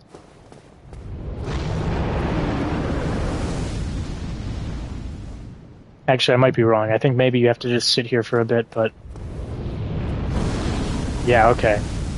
As long as I know the dragon's got aggro on me, I think you're going to sit behind it for a second. And just wait.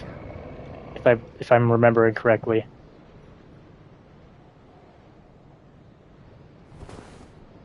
Keep the circle button held down for this. So right there, he drops down. You're going to run past him and just run straight to that bonfire. Oh, never mind. He got me. It is definitely a little bit of learning lessons here with this dragon. Definitely took me a couple of attempts, but it's really not that bad. If you die, you just respawn right back at this bonfire. You climb up the ladder. It's not too hard. Nothing too difficult. It is a little tedious, but once you get the hang of it, I just can't remember specifically what I have to do to trigger specific actions from him.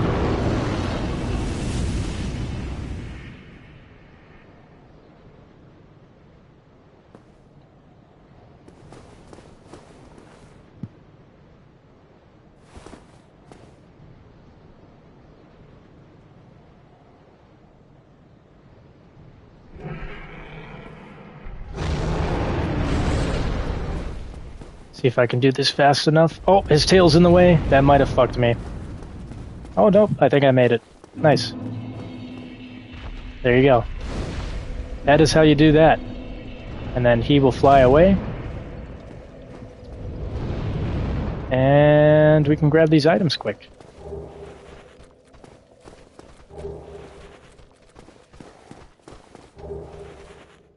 Claymore. Ooh. Ah, there it is. There's a strength weapon for me. Unless I get lucky with the drops from the Black Knights over here. But yeah, so this is the next area that you want to be at. Let's see, I get some chats. I guess you're getting the Drake Sword now. Yeah, I got the Drake Sword. It is in my inventory. And I did kind of show off why it's a bad weapon to use, because I just used the one attack. Just to point this out one more time. Just that one attack went from 360 to 330. This thing breaks really fast.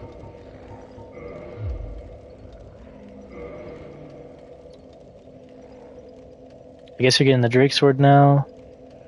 That item is guarded by a Black Knight. It's not a dragon. It's not a dragon, what do you mean? Oh, that thing? Yeah, I always call it a dragon. It's not technically a dragon. It's I forget the word for it, but I don't know. Anyways, we've got this bonfire. You can open up this area because this is where we will be going next. But before you do that, take a stop over here and join this covenant. Oh wait, can I not do it? Maybe that's something that pops up later. But this is the Sunlight Covenant. Maybe I just have to rest here. I thought Soler pops up over here. Maybe he doesn't yet. Thought I exhausted all of his dialogue. I don't know why he's not here. Maybe he shows up later. Regardless, though, this is where you'll get the get a covenant to join.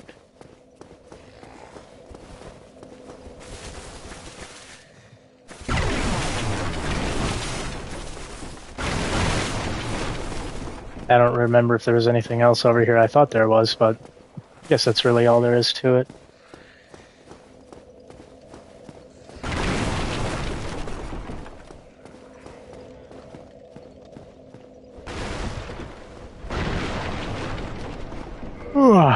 I think I will use this Drake Sword for a second here.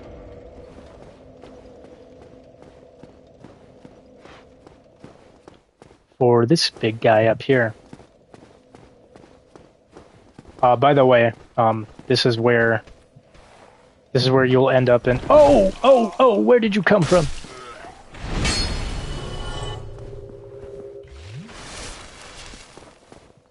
This is where you'll come from if you decided to go through the bottom area of the bridge. I don't want to go down there because I don't want to deal with rats and I don't want to deal with poison right now. What I do want to deal with is fighting this Black Knight up here and see if I get lucky on the drops. Okay, thought I rolled there. Guess I didn't.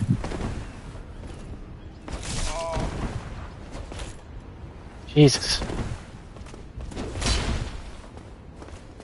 Okay, not doing so hot.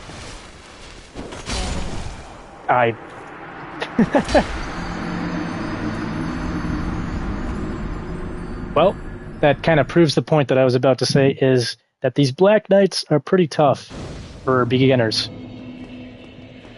I wouldn't say tough, but they definitely do a lot of damage. I guess that's the word I'm looking for.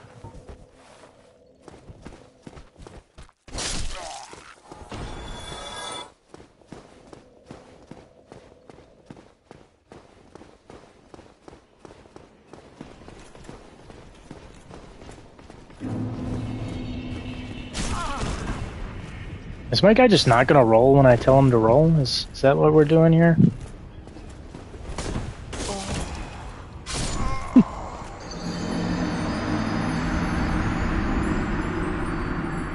I'm not skipping past this. I would definitely highly recommend every time you see a Black Knight to fight them, because they can drop some pretty nice stuff.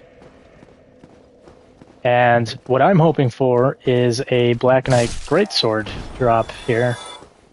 If I'm lucky enough, I might get it. If not, though, that's alright. But I would really like that.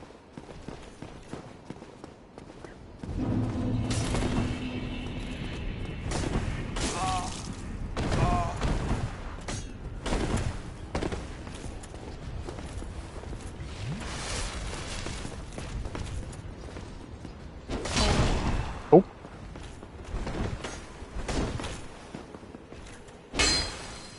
I can't even fight him in here. I don't even want to fight him in here, to be honest. I want to fight him up there. This is not going the way I want.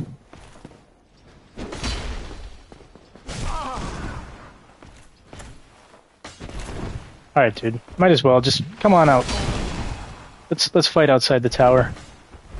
Keep coming. Bad advice? What do you mean, bad advice? You're nuts, man. It's always a good thing to fight the Black Knights. They drop very nice stuff. I wouldn't say they drop the best stuff, but... Let's see. Oh, yes! I got it! Thank God. There's just something with this game, I swear it knows. Because I also,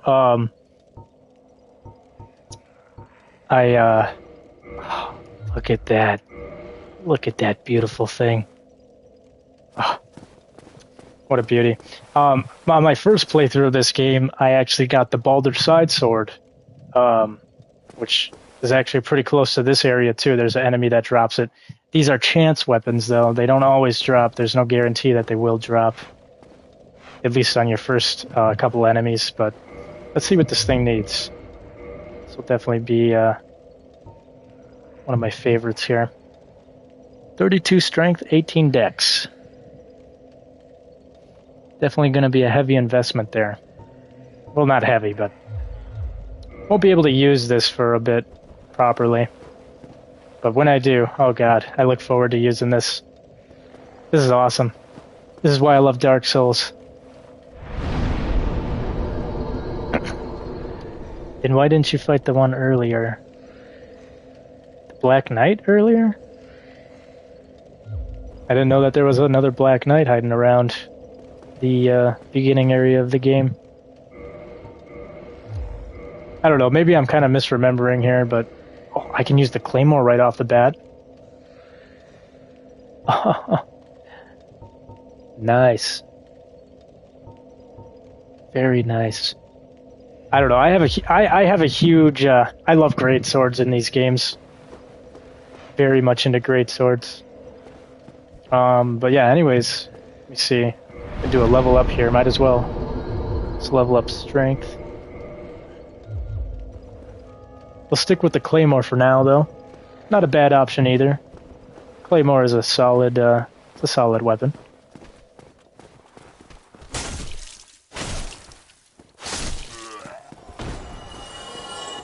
Yes, that's why I said there's an item guarded by a Black Knight. Where is the Black Knight? Where's the other Black Knight? I'm trying to remember. I'm sure once I see the area and I see the Black Knight, I'll be like, oh, there. Yeah, I remember. It's all clicking with me now, but... I'm trying to think. So that down there is just rats. Black Knight, Black Knight. Trying to think. Not really sure what area you're talking about. Regardless, though, oh, it's the Undead Burg. Well, yeah, I can't even go there yet. Or wait. I'm mixing my places up here. Undead Burg. Undead Burg. Undead Burg is not the lower part of the game, is it? Or the lower part of this area? I'm trying to think. No, because that's the... Or is this the Undead Parish? I don't fucking remember.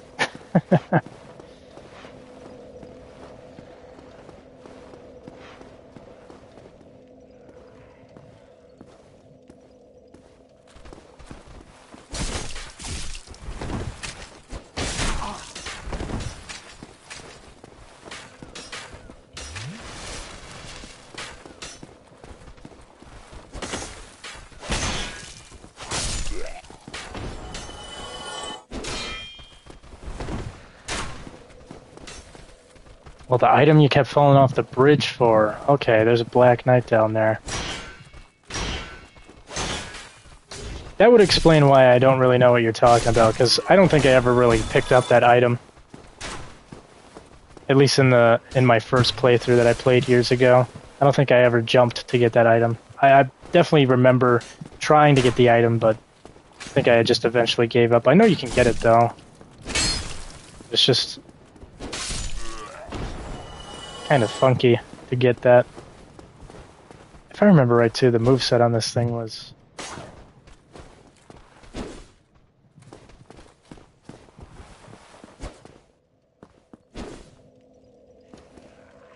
Yeah, I don't mind the Claymore.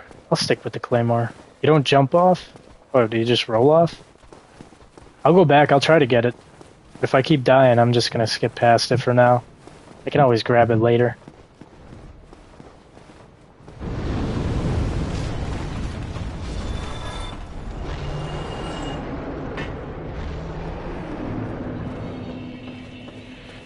Okay, here we are, Undead Berg. Okay, so the lower area is the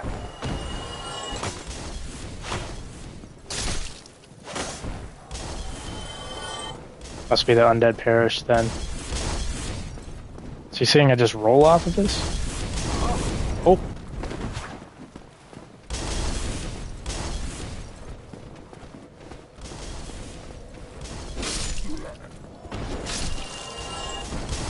Maybe it would be better if I got rid of those guys, but that's alright. Let me try rolling. There we go.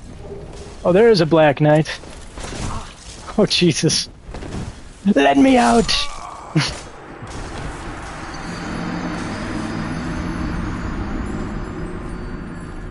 That explains it. The whole time I was trying to jump off, I just was supposed to roll off. I'm surprised you never got there. It's never supposed to be hidden.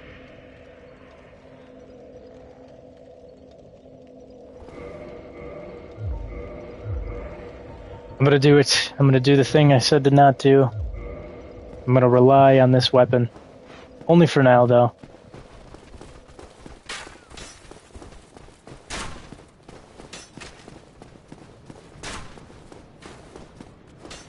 You're not supposed to roll off of it either? Huh. Well, definitely, yeah, the jumping thing definitely did not work, but rolling worked. Maybe I'll just... Oh! Here it is. Gravelord Servant. Let's try this. I will get my ass kicked, undoubtedly. But this is... I wonder if this is the same guy. There's no way this is the same guy. I remember the first time I played this game. This is the exact same spot where I did a Gravelord... had a Gravelord issue. Let's see.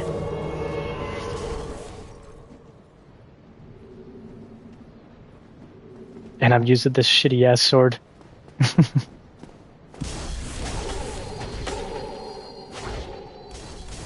Look at that. Almost dead. Toxic, why am I not dead yet? There we go.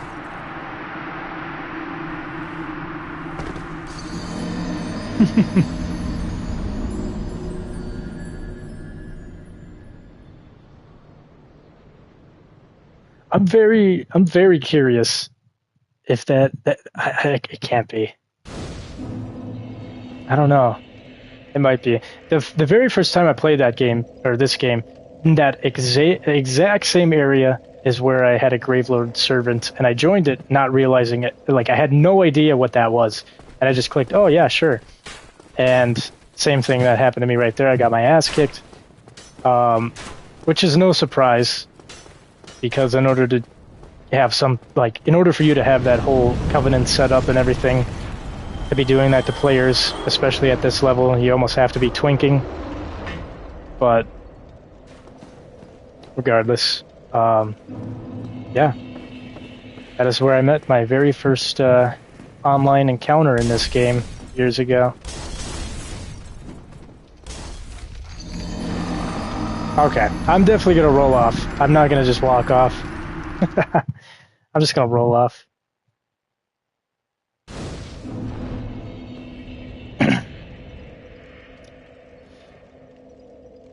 Who cares? Just use the greatsword. It saves souls from reinforcing weaker weapons. That is a true point. That's until you get the large ember in the depths.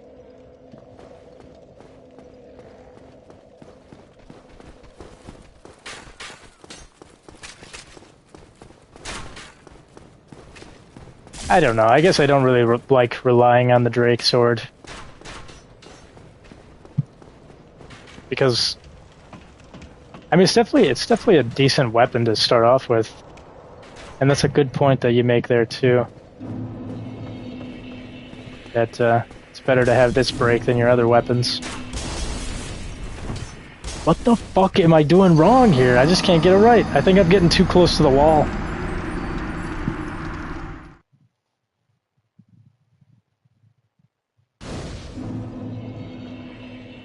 I also should probably... Yeah, I'm definitely gonna have to rest at that bonfire. So I don't have to keep doing this run.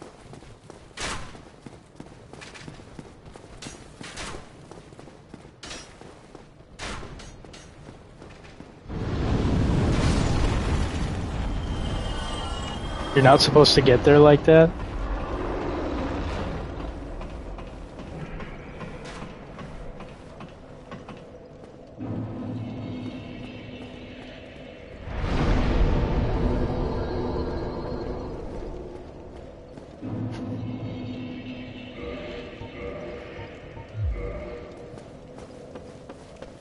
So you're telling me I'm not supposed to roll off right there?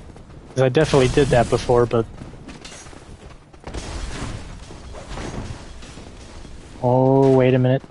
Wait a minute.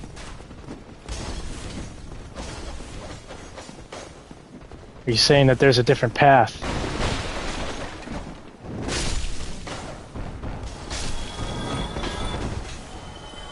Hold on, let me get rid of these guys first so I can do a little bit of exploring.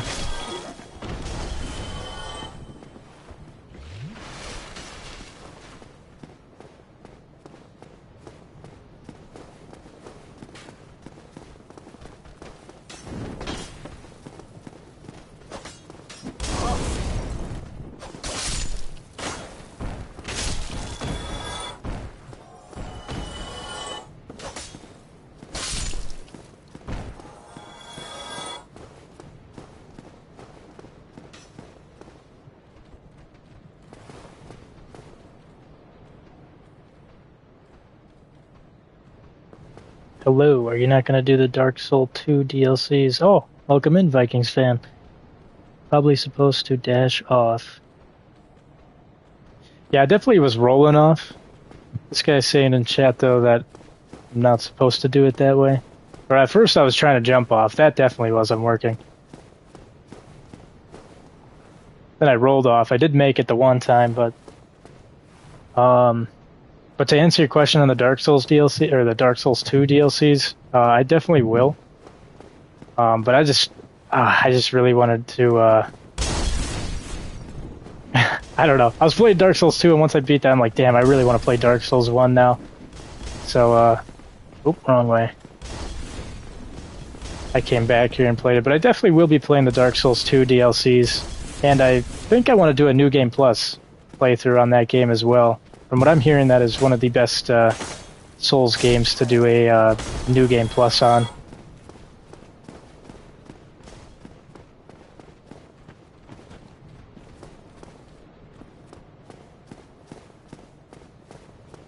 Oh, wait a minute. No, okay. I think maybe I did go through here on my first playthrough. I'm just kind of forgetting about it. I should have just backstabbed him. I don't know what I was doing.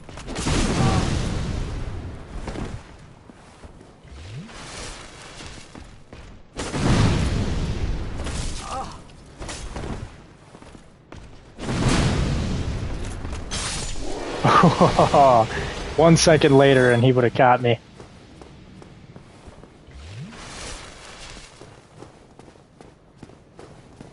Okay, yeah. I think maybe I did come through here on my first playthrough. It's just such a nothing area. There's really not much to it. Maybe that's why I was kind of forgetting about it.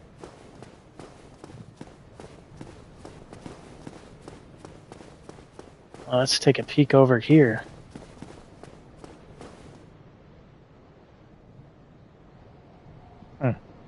All right.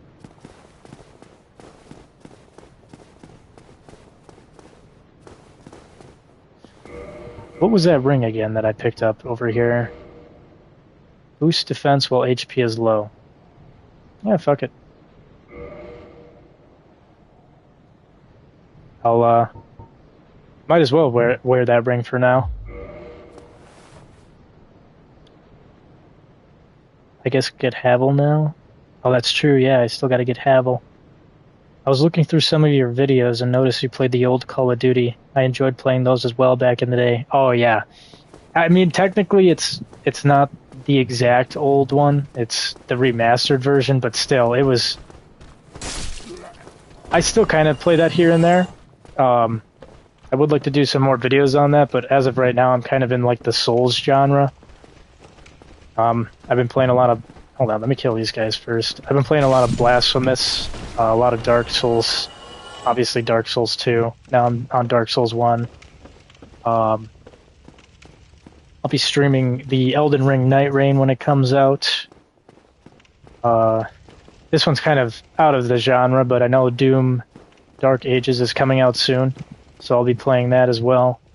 But the Call of Duty Modern Warfare, yeah, I've been playing that a lot lately when it comes to multiplayer games, because I'm not really into multiplayer games anymore.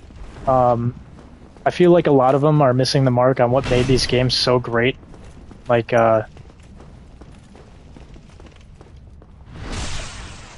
don't know. It's hard to put it into words, but I think most people understand what I'm talking about when I say gaming just is not, or at least multiplayer gaming isn't really the same as it used to be.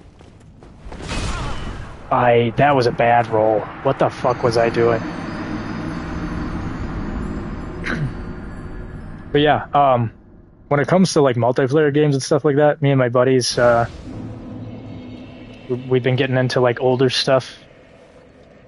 And yeah, I don't know. I'm just kind of fatigued with the gaming industry as of late. That is another reason why these Souls games are really high up there on my list. This is a company that I don't know, FromSoft has never done me wrong. I love these games, and I don't know, it's kind of hard to focus on the game and talk about it at the same time, but you guys know what I'm talking about. If you enjoy Souls games, it's probably let me get these guys first before I go for my Souls and Havel.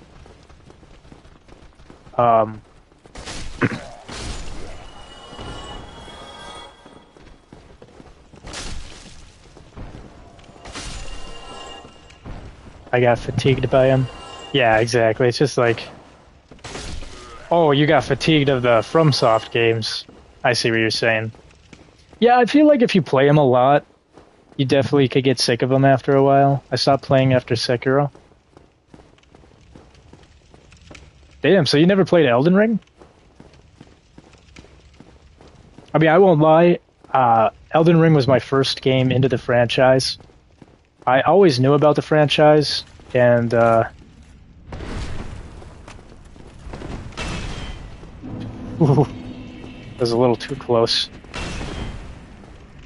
I always knew about the franchise, but Elden Ring was the one that I first started on, and then I kind of worked my way back. I've played all of them. I've only beat a couple of them. No! Oh!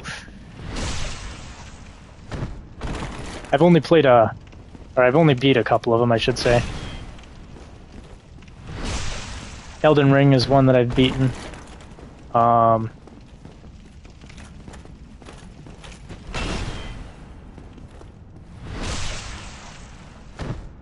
This guy is going down so fast.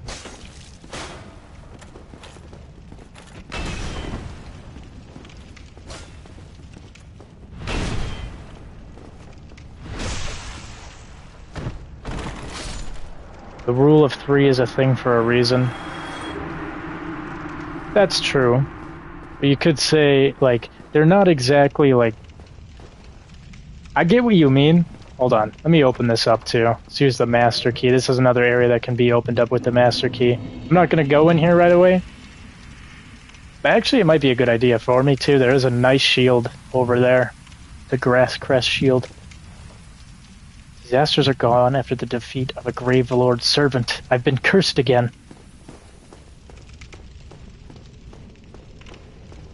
I mean, I definitely agree with the 3 rule, but in defense of that, one could say, like, okay, well, not all of these games are Dark Souls games. You know, you have Sekiro, Bloodborne, Elden Ring. Like, they're not exactly the same. They're different. They're different enough, but they're still, like, I kind of get what you're saying there. The game mechanics are all quite similar. No matter how good a thing is, people will eventually get burned out. That is true. That's kind of why I go back and forth between playing different genres of games. I'll play Metroidvanias. I mean, all you have to do is really look at the channel. I play all sorts of games, but I would definitely say I hold the FromSoft lineup in high regard. Kind of like going off of what Vikings fan was saying. When it comes to multiplayer and stuff like that too, especially, like, FromSoft doesn't have a shit ton of microtransactions in their games being forced down my throat. You have to do a soft reboot, just like how Resident Evil did it. That's true. Resident Evil did a phenomenal job. And that reminds me too, holy shit, I started a Resident Evil remake stream like a month ago. I totally forgot about it. I still have to finish that game.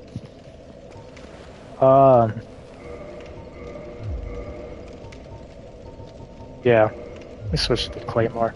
I'm gonna stick with this magic. Or, not magic, this Drake sword here.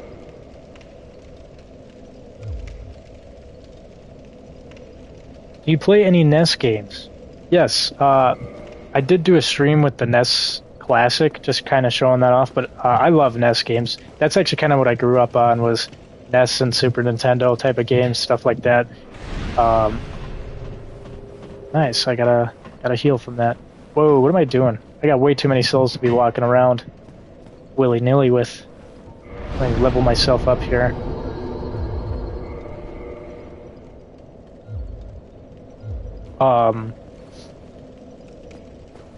But yeah, especially Nintendo 64 games. That was where I really got into gaming as a kid, was the Nintendo 64, the Dreamcast era, PS1 era. Those were like, but especially the Nintendo 64. That was my bread and butter.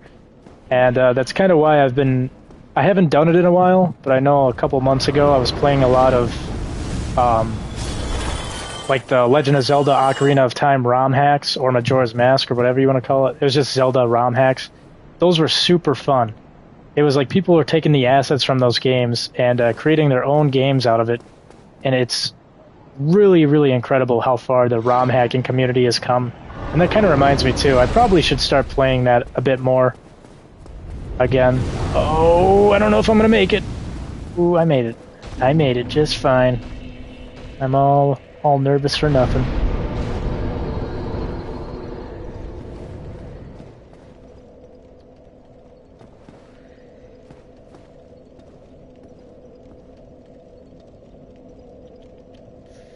Resident Evil 4 is way different from the previous 3 games. I think that's why, that's really why I remember growing up as a kid, the original Resident Evil 4 was so awesome to me. I loved it so much, because at the time, that felt like so real. The graphics, I'm like, holy shit, this looks so real, and everything just, I don't know. It was awesome. It was an incredible game, and that's one of those games I can play I played Resident Evil 4 so many times, I never get sick of it. The original Resident Evil 4, that is. Resident Evil 4 Remake, though, on the other hand, I've only beaten once, and I was trying to go for a replay of that for stream. But, yeah, I don't know. I'm not saying that I didn't like the original Resident Evil 1 through 3s, but Resident Evil 4 really, I don't know what it was with that game, but it really captured something for me as a kid. Battle of Olympus on NES is a great game. Zelda 2, a great game on NES. I love those side-scroller actions. Oh, Zelda 2? Yeah. I should do a playthrough of that game. I never beat that game in my entire life. That's the one Zelda game as a kid, I was like, dude, I suck at this. Because, it was a bit different, to be fair. It was a bit different from Zelda 1 and any other Zelda game. Alright. Time to continue. Wait. Here I go, running around with a lot of souls again. Oh, never mind, I can't level up.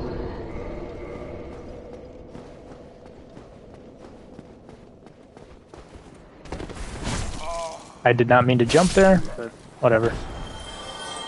Okay, on to the next area. I've done enough dicking around. So, this next area, apparently there are... Yeah, I see them. There's alluring skulls up there.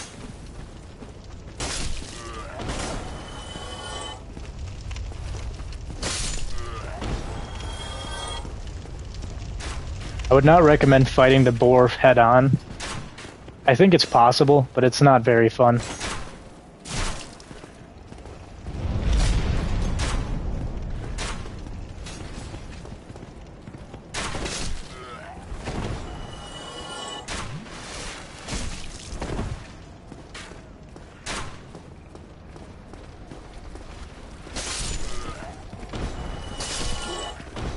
Oop, almost fell off there.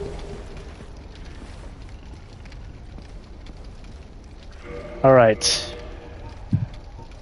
Hopefully I can do this on my first try. I know when I did my first playthrough, I went through all of these skulls trying to get it to work. You have to set it just right. I also don't want to throw myself off of the bridge either, because that would not be fun.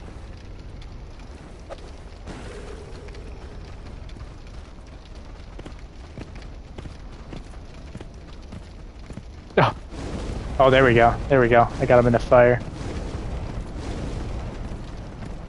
Oh, and he's walking away. Crap.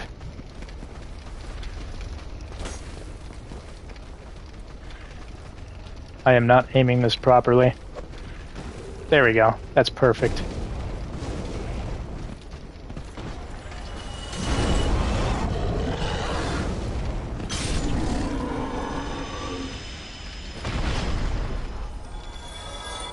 There's also a chance for the boars in this game to drop things. I believe they drop a helmet.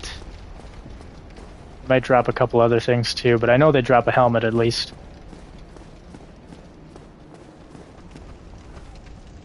Time to reach Andre. Oh, that's what I get for looking at chat instead of the game. That is true. We're on our way to Andre. But before I do that, let me level up.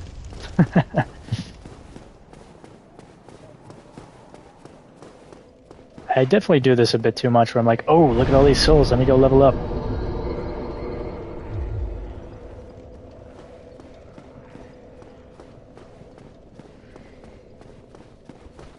Doing a lot of back and forth.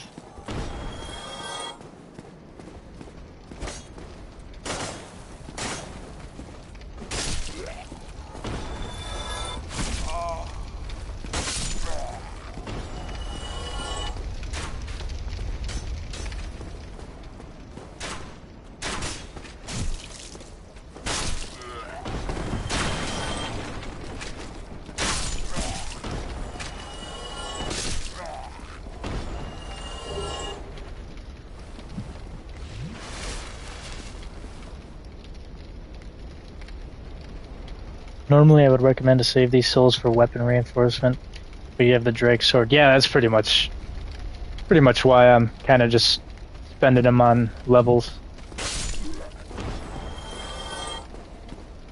Otherwise though, I probably would be saving them a little bit more to reinforce the weapons.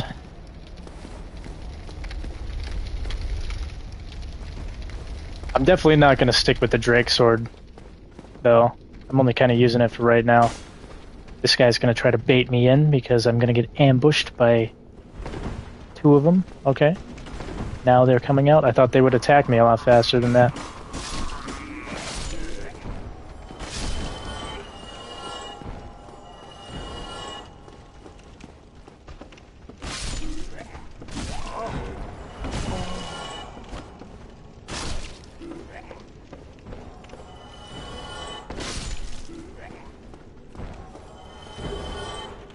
Ooh, a broken straight sword. My favorite. Mystery key.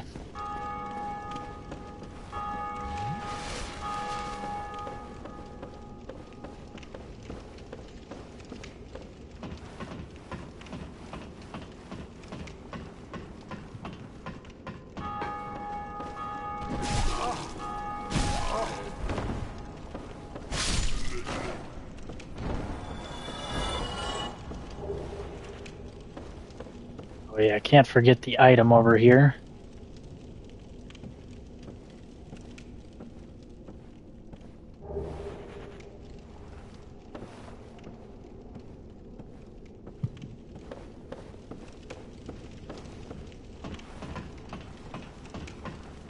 Alright.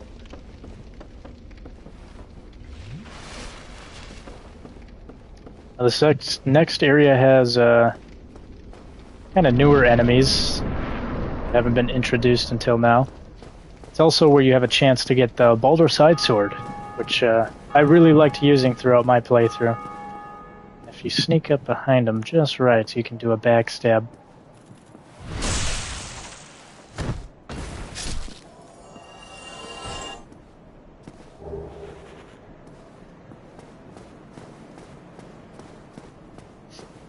I don't really care if I get the Baldur Side Sword in this playthrough, though, because I'm not really trying to go for that type of build.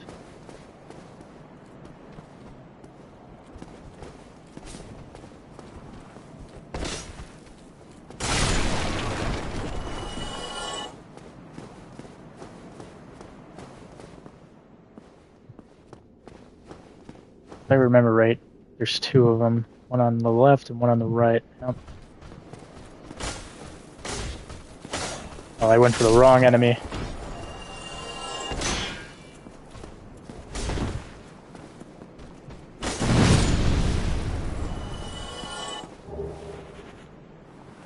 Tight Night Shard.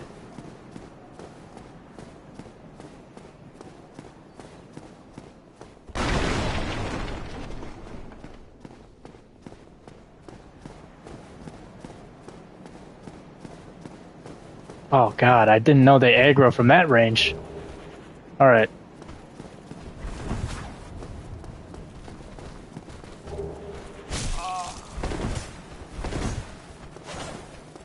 Probably shouldn't have gone this way just yet, to be honest.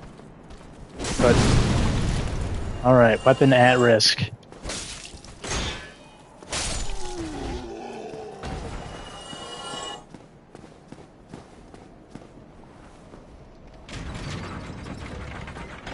Pull that lever, that kind of opens that up.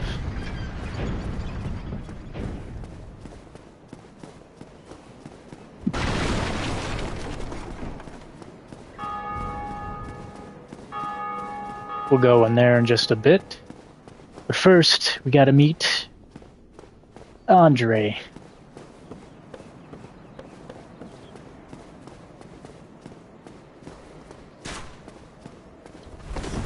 I kind of forgot his name all the time. I always just call him Godo, because he is straight up a blacksmith from Berserk reference.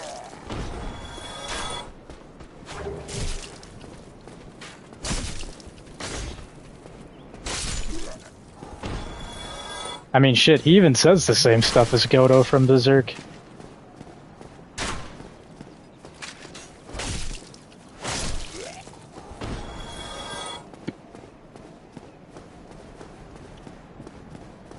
All right, let's visit the legend.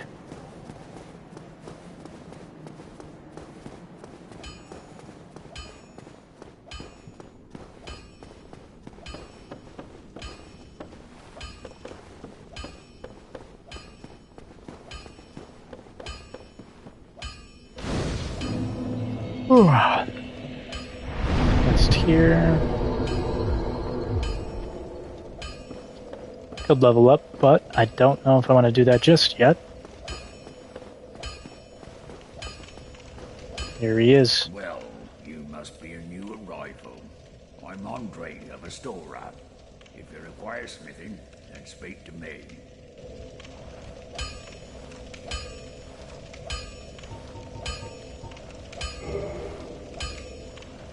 Got his gesture.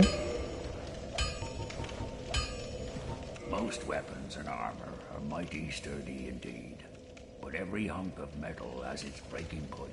If you notice durability running low, it's time to repair.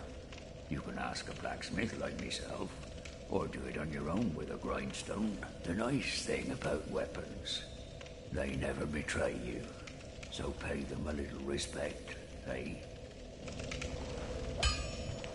All right. Oh, I did not mean to click that.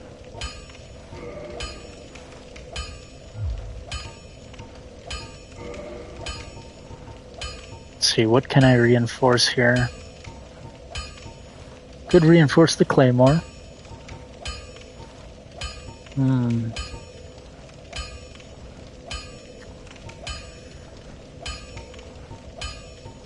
It's probably what I'll end up doing. I think just for now, I'm gonna focus more on the claymore for a little bit before I start getting more twinkling titanites. I can't wait to use that greatsword though. Cannot wait.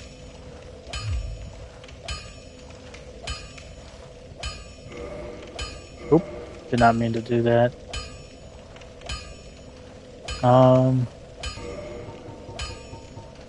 But yeah, for now I will repair this Drake sword. This is not something I am going to keep doing because this thing breaks insanely fast.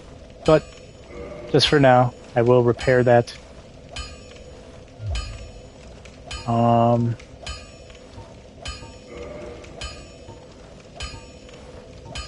I wonder what my claymore's looking like anyways. Oh. Be careful. Click the wrong damn button. Whatever. Let's go to claymore. Let's look at the durability. Yeah. It's fine. Don't need to worry about that. Let's see.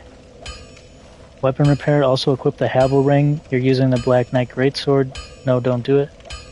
What? That is true though. I gotta put on that ring. This whole time I'm walking around without his ring on.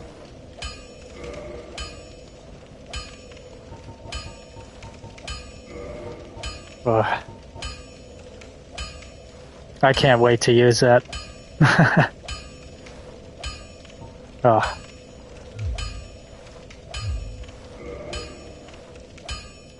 So, the other thing is, you can kill this creature out here. He drops some special little items for you to upgrade. I don't really think I should try to fight him just yet. But let's see how much damage I do.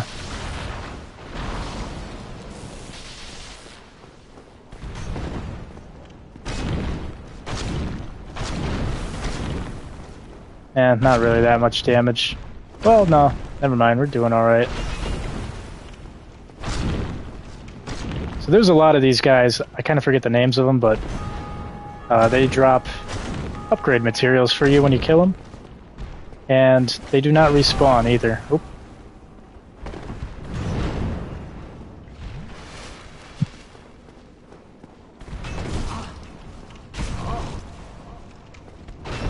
Getting caught up here.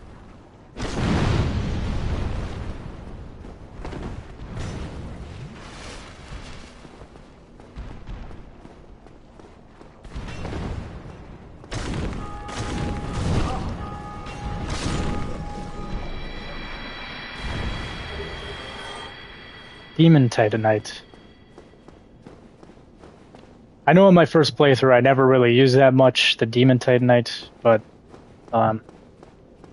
it's definitely alright. So I'm not going to go into this area just yet, but this kind of wraps around to the area where Havel's tower was, where I opened up the door. There's definitely a lot more to this area than just that, though. It's also how you can get to the DLC area. It's a really cool place, but we're not going to go there just yet. Just the raw Black Knight Greatsword outshines it. Oh, yeah, for sure. I will say, like, the Claymore is an alright weapon, but yeah, I'm probably not going to really invest much into the Claymore. Just for the fact that I got that Black Knight Greatsword so early. You can, there's one that respawns. There's one that respawns. One what? Oh, one of those golem guys? I forgot the names of them. Alright, let's see. What are we looking like here? Hold on, wait a minute. What am I thinking? Actually, he might not even be there. But I do want to take a peek at Sen's Fortress over here. This is another area that we will go to much later in the game. Oh, there he is. Onion Bro.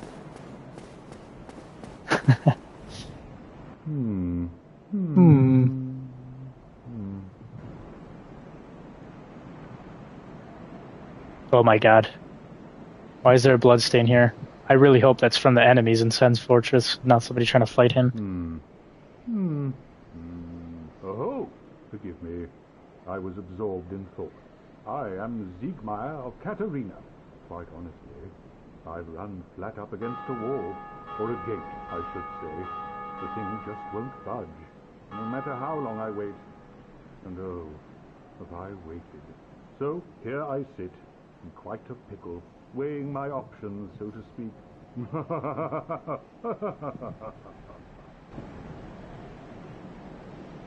Still closed. Still closed.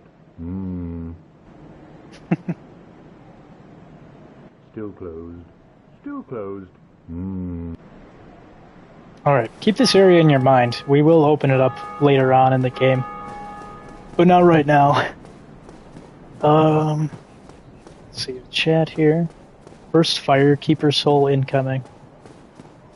Oh yeah. Yes, of course, the Firekeeper soul is right around the corner.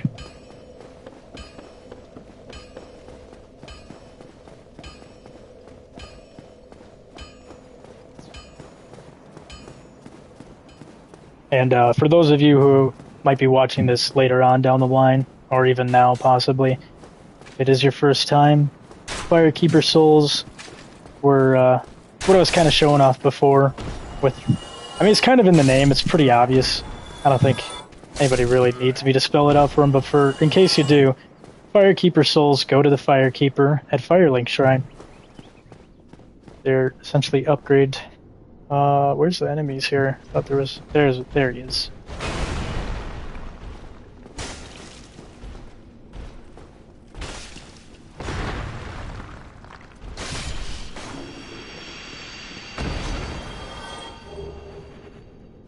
Titanite Shard. And Firekeeper Soul. And there's some more of these soldiers down here.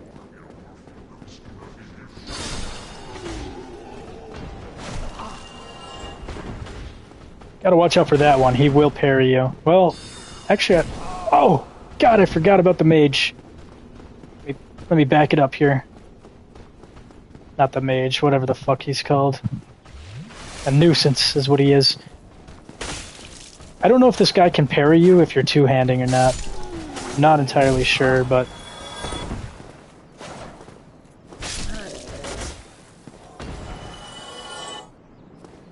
he might not be able to.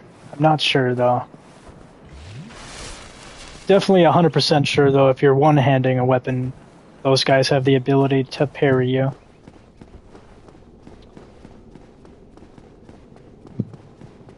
And, cat is fucking with shit again? No. Alright. Before you go any further, make sure you hit this elevator. This is a shortcut back to Firelink Shrine. It is also how you will get back to right there. It is how you it's how you go back to the Undead Asylum. Not the Undead Asylum, is it? I don't know. I'm getting fucking mixed up with the words here now because I just got done playing Dark Souls 2. Yeah, no, yeah, it's Undead. I thought for a second it was called Undead Purgatory, but that is definitely a Dark Souls 2 thing. Alright. Come down here and give that Firekeeper soul to the Firekeeper.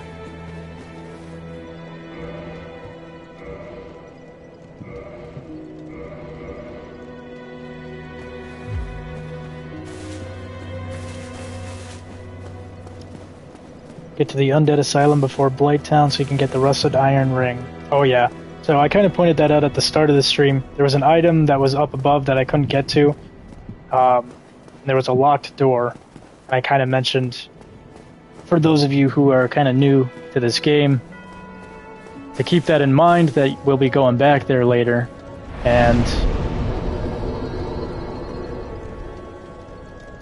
hold on, let me look at the stats for that thing again. You can choose to go back there right now if you'd want. You can go back there anytime you want, but I'm probably going to fight this boss and then go to the Undead Asylum. But yeah, that Rusted Iron Ring is a lifesaver for when you eventually get into Blighttown.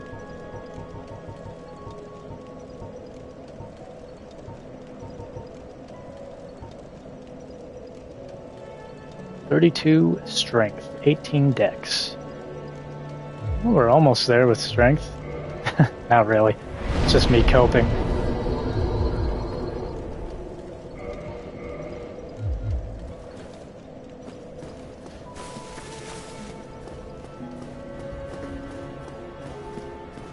I'd say after the Capra Demon. Yeah. I think the first time I played through this, oh, hey. Hello Talk to you. I believe we are not acquainted. I am Petrus of Thurland. Have you business with us? If not, I'd prefer to keep a distance, if possible. Hello there. I realize that I have requested that we retain our distance, but I also want you to know that it is not meant in ill will. Here, take this, as a token of peace.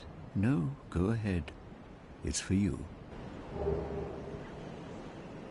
Oh my, you again. Oh, I know. How about this?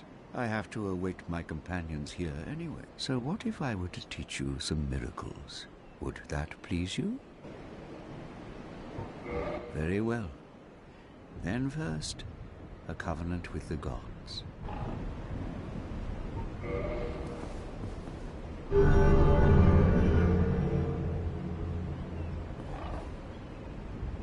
Now let me share my miracle. Only their ultimate effectiveness will be determined by your efforts and your faith.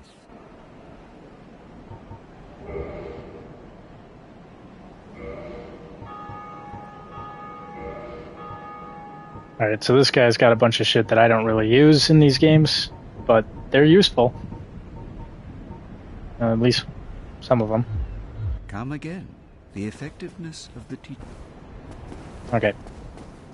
But yeah, my first playthrough, I think it was around the time that I defeated the Capra Demon, is where I went to the Undead Asylum. I went back there.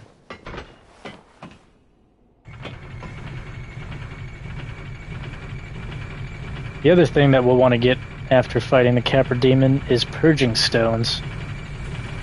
For the off chance that I get cursed in the depths. It's not a fun time. It did happen to me once. Thankfully I had a Purging Stone though.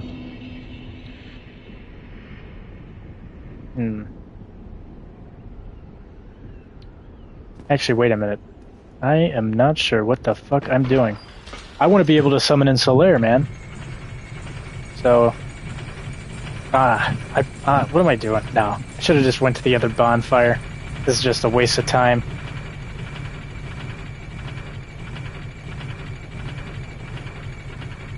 You can get Purging Stones from Oswald just after defeating the Bell Gargoyles. Oh yeah. Classic Oswald. I think you also get the Book of Indictment, if I remember if that's what it's called. I think. Not quite sure, but I know he sells a book that has the names of kind of keep track of all of the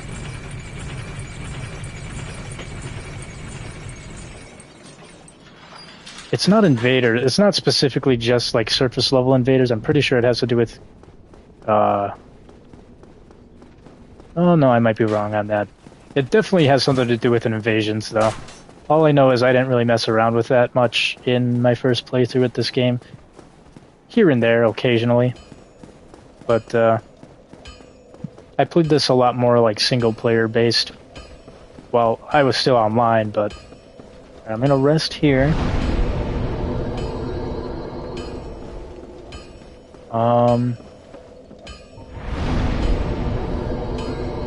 since I've got soft humanity, I don't even have to use the humanity consumables. I'll become human. I could kindle this bonfire, but I don't really need it. So, for you to summon in Solaire, you're going to want to be human. Also, to summon in anyone online, you're going to want to be human as well. But I don't care about all that. I just want to summon in my son, bro.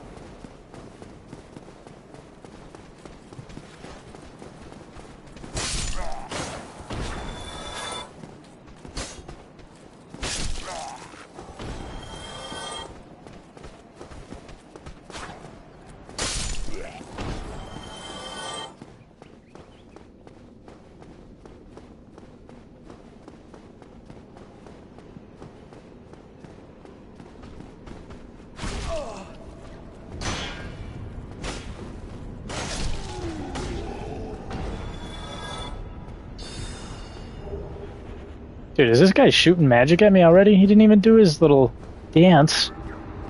There we go. There's the dance. Jesus.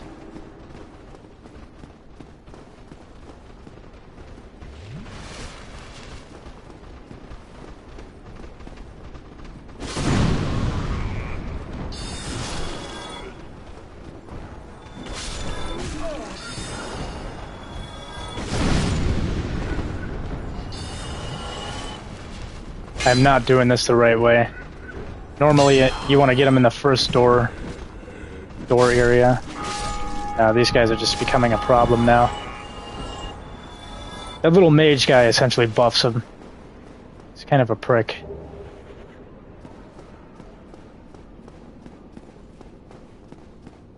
And where did he go?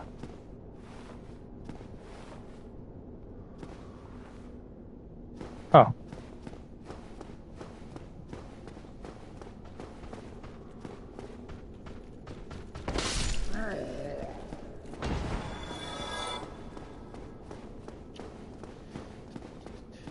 Where is... Okay, here it is.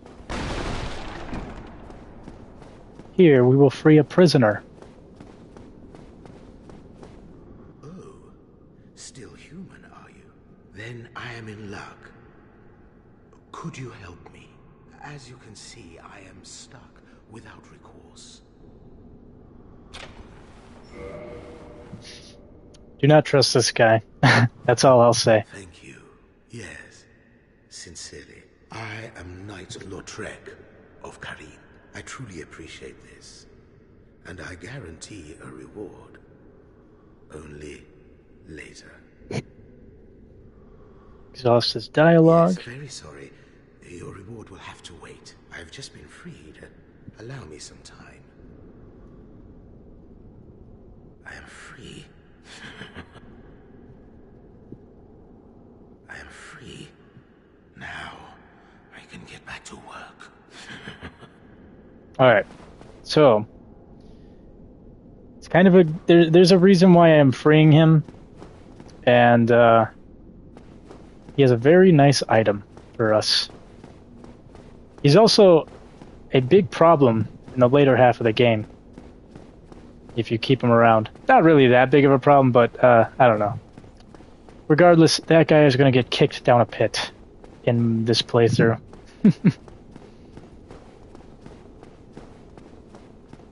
I will be the one kicking him down. Why'd I go this way? Gotta grab that item. Oh, there he is. What are you doing over there, buddy?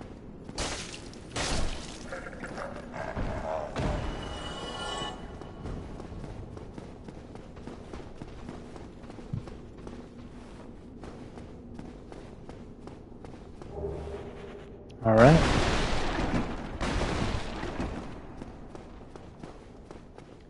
It is now time for me to fight the Bell Gargoyles. They're not really that hard of a fight. I got them on my first try, but for some reason I'm kind of nervous for this fight. Just because there's two of them. But thankfully, I will have Solaire in to help. So here's Solaire's summon sign. Summon him in. By the way, you don't have to summon in people, because it does kind of boost the health bar, or the health pool of the bosses, but I always summon in Solaire. I'm pretty sure summoning him in for boss fights is actually tied to his questline. I might be wrong on that, but regardless, I mean, dude, it's just awesome to fight with Solaire. So, I always do it. Actually, no, I definitely did not get these guys on my first try. I think I died probably like 3 times before I got him.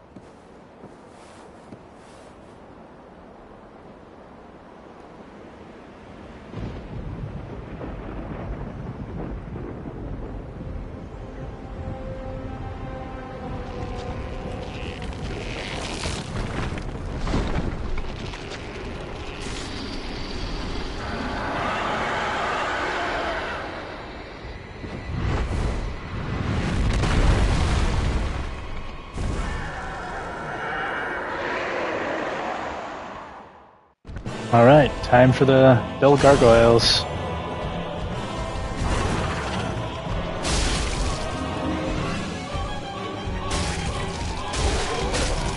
Oops, I'm trying to get his tail. There we go. If you get their tail, you'll get a weapon.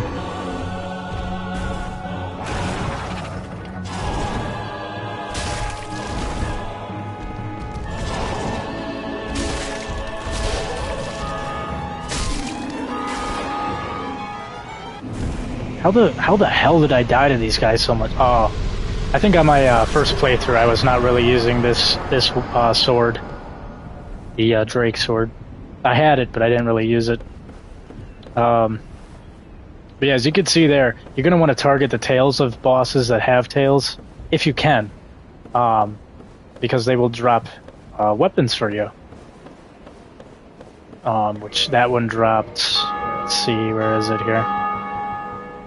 Gargoyle Tail Axe. And of course I can't use it because of Dex. Regardless, I wasn't probably going to use it anyways. Oh, he's not here yet. Alright. Anyways, climb up to the top of the bell tower and ring the first bell.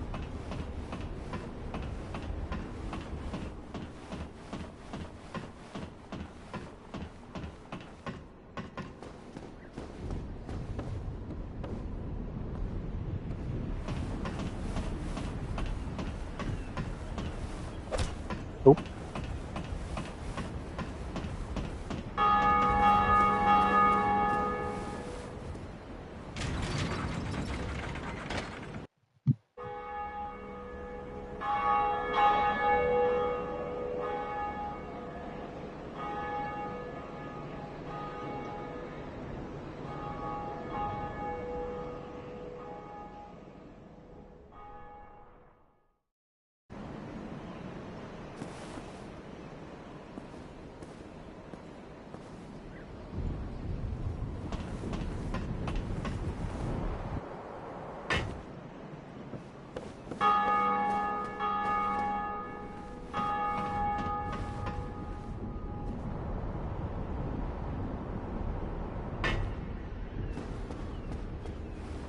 Greetings. I am Oswald of Careem, the pardon, and our old friend.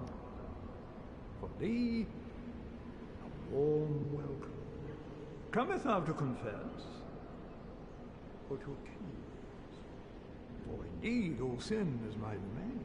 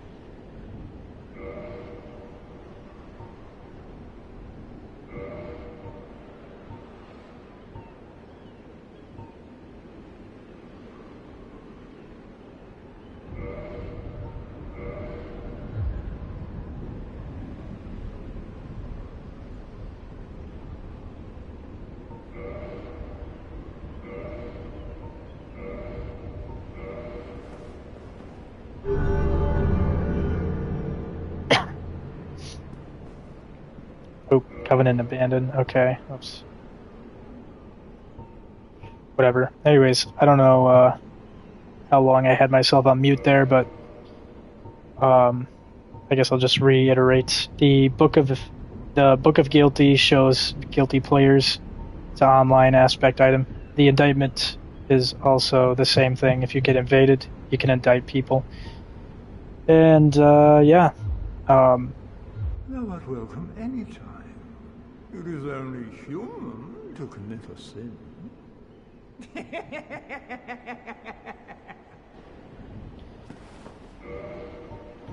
I could open the Book of Indictment, but I am kind of nervous because I know at least, I don't know if this is still a thing, but at one point there was some sort of glitch.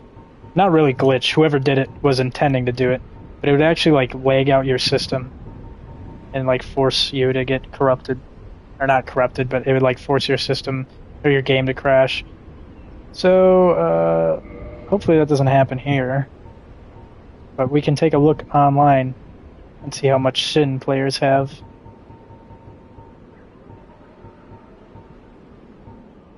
So yeah, that's again online play item. It's not necessary to have, but if you're into that type of stuff, pick it up.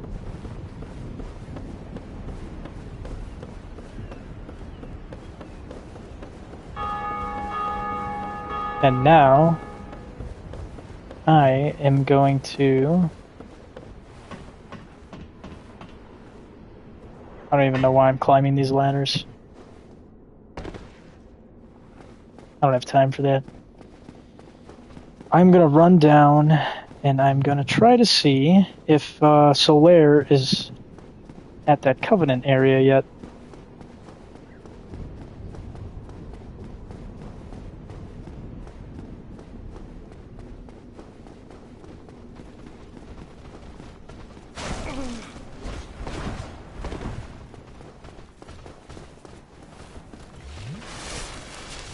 Oh, he backstabbed me.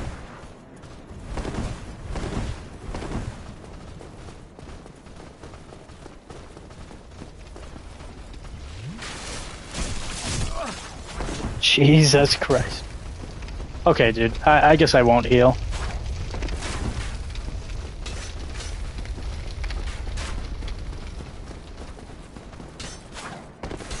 God, that is, I gotta get used to that. I can't sprint and roll in this game. Because I'll only end up jumping. What? Was my brain not working today? Why did I heal? Alright, Solaire, are you here yet? No, he is not. I can't remember what triggers him to come over here.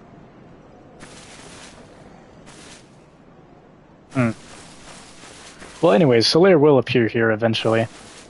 And this is a covenant you can join. I already said that. I already went over that. The next area we gotta go is... Hold on. Do I have enough for a level up? No, I do not.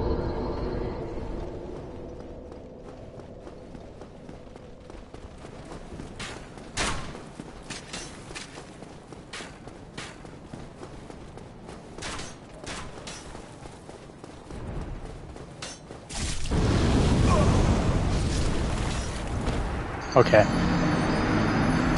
That's what I thought. That is kind of what I thought would happen.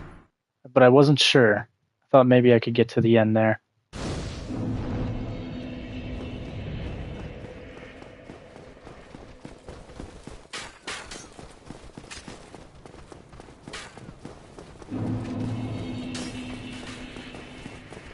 Where are you, Dragon?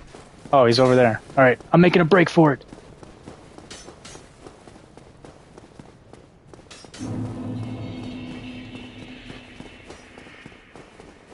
Solaire's still here. What are you doing, man? Oh, hello there. I will stay behind to gaze at the sun. The sun is a wondrous body, like a magnificent father. If only I... Okay. Whatever you say, Solaire, whatever you say. Alright. We have the key now. We open this up, and this will lead us into the next area that we gotta go.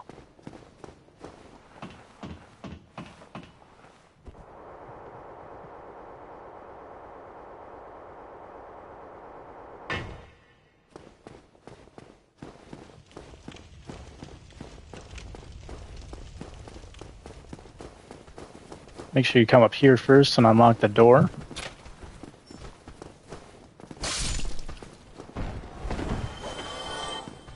And I am just going to rest at this bonfire here. Just because, I don't know. I don't want to have to do the run back from the bridge.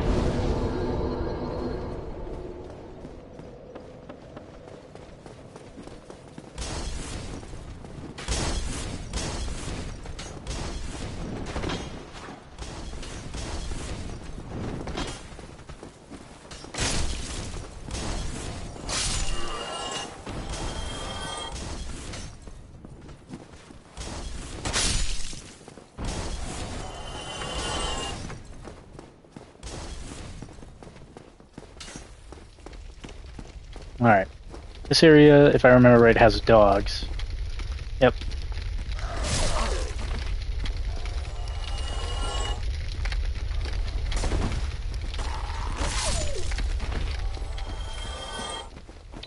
There is a...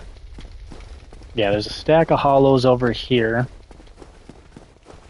Get rid of these guys.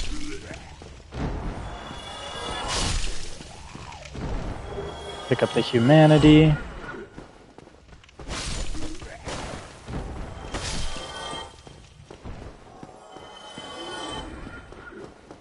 That's that for that area. There is a NPC in one of these doors. Might be this one. Anybody, help me. Unlock the door. Damn, I'm finished. How did this ever happen?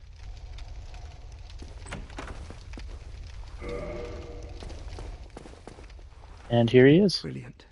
You opened the door for me. Thank you. I'm saved. I thought I might never escape. Like the Capra Demon, you have the basement key. Oh yeah. Yeah, we're on the way. I'm much obliged for your assistance. Thanks to you, I may now resume my travels.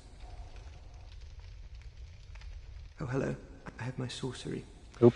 And besides, I have an important task at hand. Oh, hello. I'm fine. I have my sorcery. And besides, I have an important... Okay. We will go back to Firelink Shrine.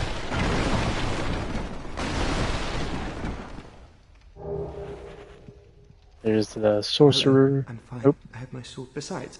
Okay. Yep. I wasn't trying to talk to you. I'm trying to pillage the corpse. There we go. Got that out of the way. Oh, nope. Nope, not yet.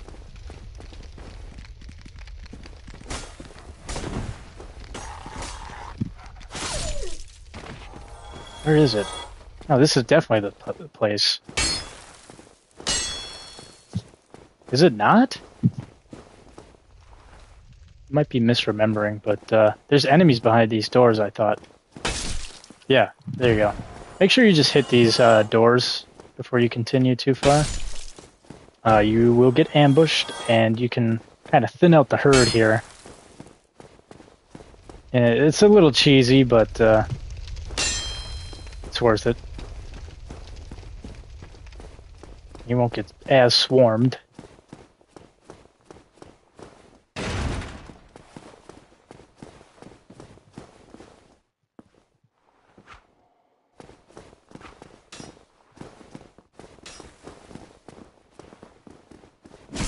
I was trying to jump attack, actually, but there we go.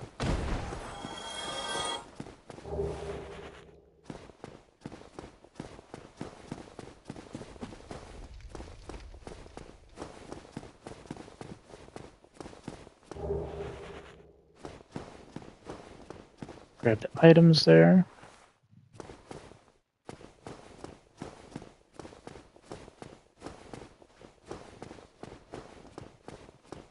I just realized I'm not human. What the hell am I doing? Let me run back.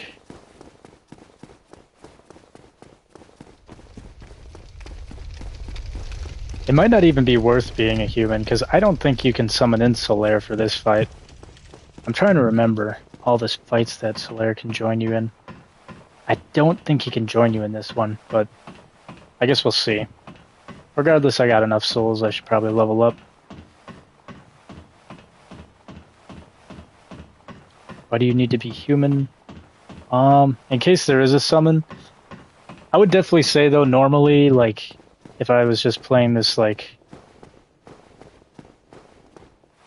Where the fuck am I going, dude? I am not going the right way.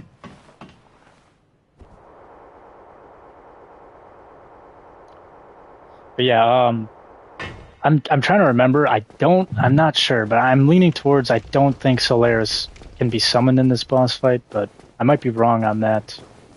Oh, welcome in, Waffles. At least you'd have 5 more Estus if you haven't kindled that bonfire already. That is true. Could kindle. Oh, look at this. Left this behind.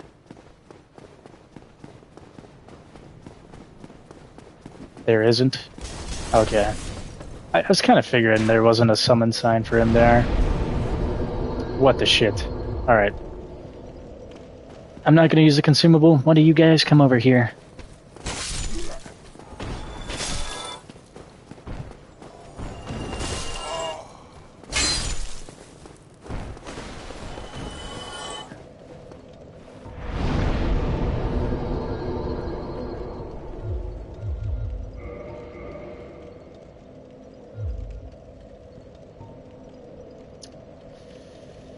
Reverse hollowing. Nah. Yeah, if Solar isn't summonable, I don't really have a reason to be human, to be honest. Kind of just a waste of humanity. I could kindle the bonfire too, but I also feel like this is not really a bonfire worth kindling. Because yeah, I'll have to become human, and then I'll have to use one of these. Yeah, I don't think I need to do all that. It definitely does help though. If you are kind of struggling, you can kindle a bonfire. It'll give you more heals off that specific bonfire, but I'd rather save that for a different bonfire, to be honest. I don't really feel like it's necessary for this one with what I have right now.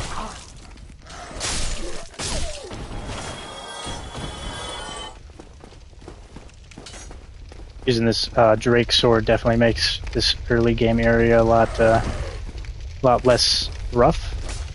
Okay, this dog is jumping all over the place. You stay still, you fucker.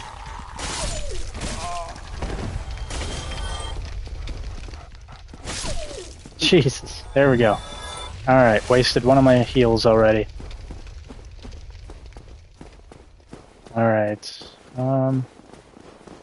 oh boy, I turned my back to the enemy that I'm not supposed to turn my back to. What am I thinking?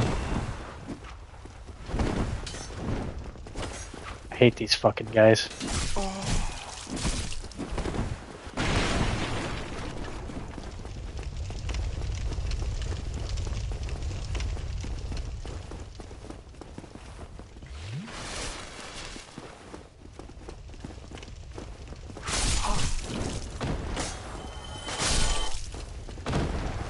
God. Can I close these doors for next time? I thought they closed. No, I can't. Okay, whatever. That's all fine and dandy. Gonna be fighting the Capra Demon with one heal at this point.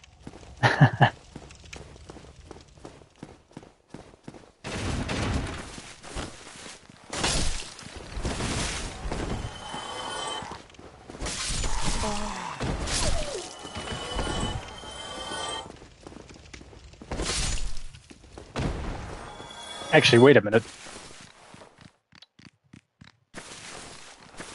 Where's the dog? I hear it running.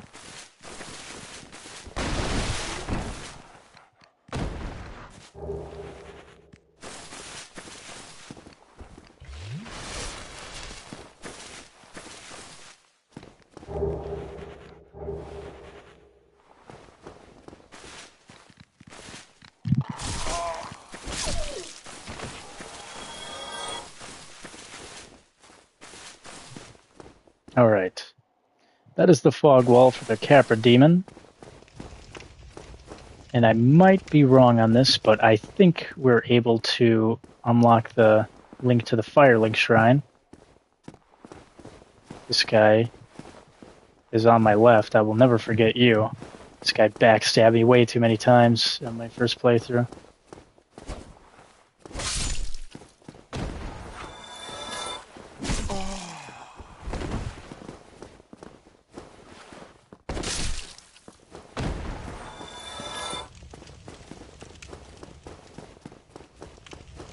This is also where there is the undead merchant.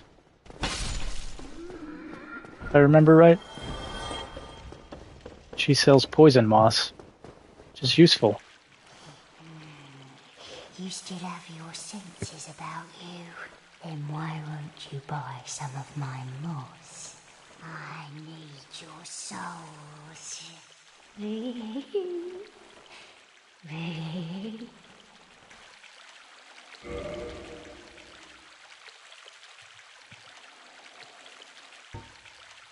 Alright, I'm gonna buy at least one of these. Yep, and that's all I can buy right now. I'll have to come back here for later.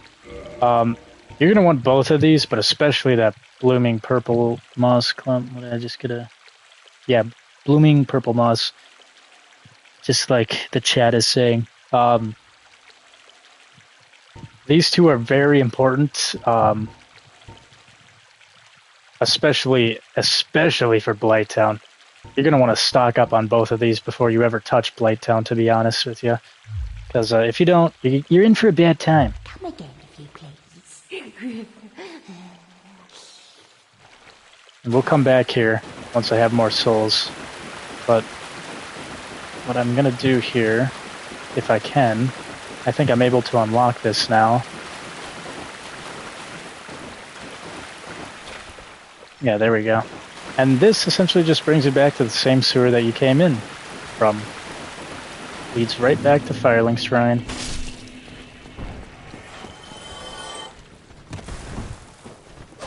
Not even gonna waste my time with these guys right now.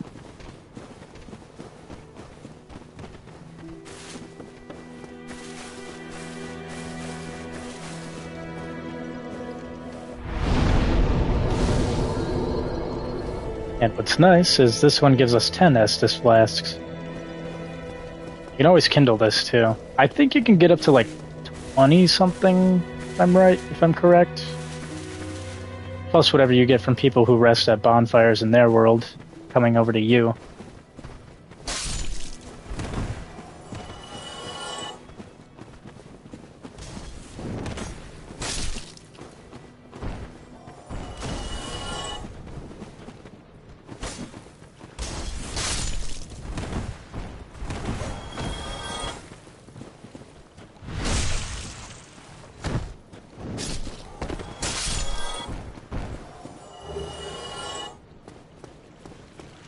Alright, with that, let's go fight the Capra Demon. This boss is, interesting.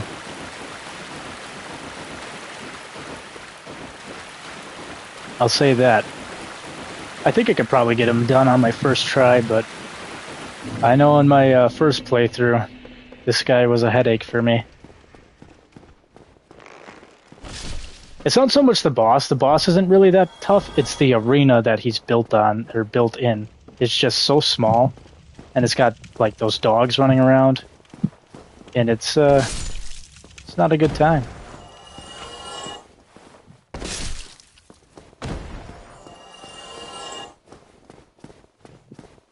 But I'm gonna try to get the dogs out of the way first, and then that makes the boss fight just a bit easier. Alright, let's go for it.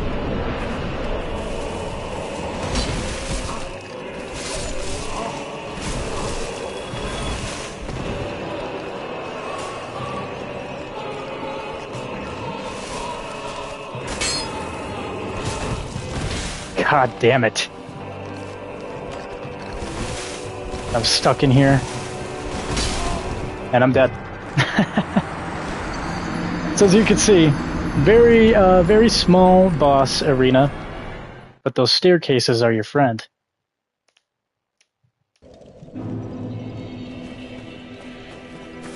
I honestly think like the only tough part of this boss fight is just the arena is just a tad bit too small for what you're fighting.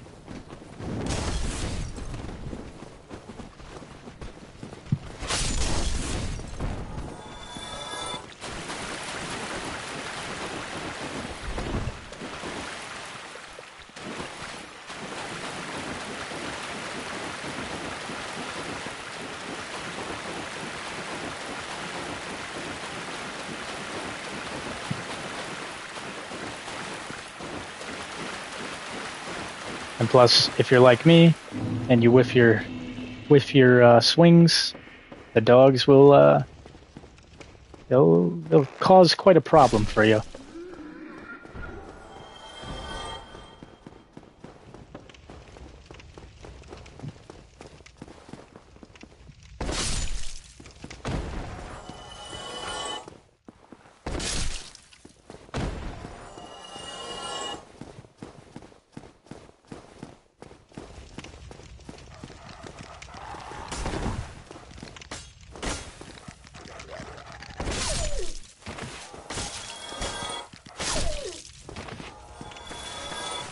Alright, I'm just gonna top off. We got so many health flasks, might as well. Estus flasks. Top it off.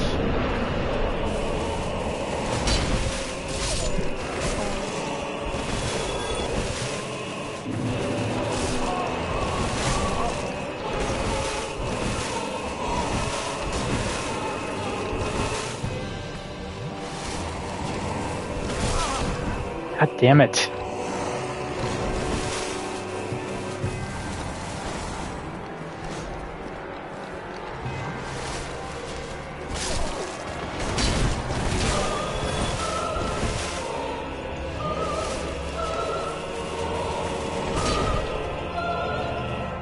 Alright.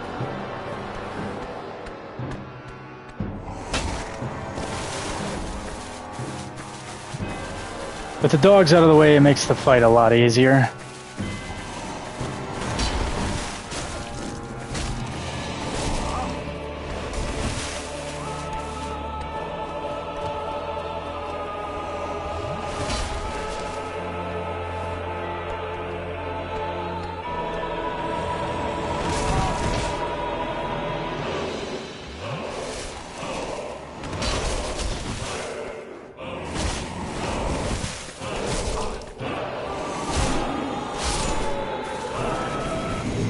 There you go. Got the key to the depths.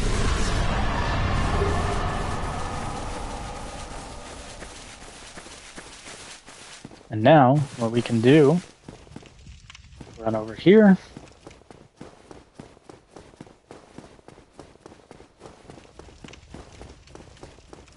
And the key to the depths is right here, or the door to the depths. It'll open up the depths, then you go into the depths, then from the depths you lead into Blighttown. And yeah. Hell of an area. But I would definitely say, like, if you're hard up on souls,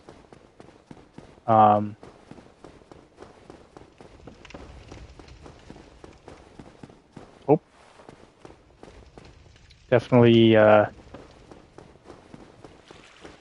Oh, there you are, dearie. am I going with this? Yep, you got your moss. Give me your moss.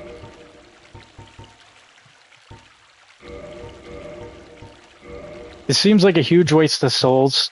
It really does, but I like, trust me, it's worth having these. But yeah. So you could go into the depths right off the bat. I highly recommend not doing that.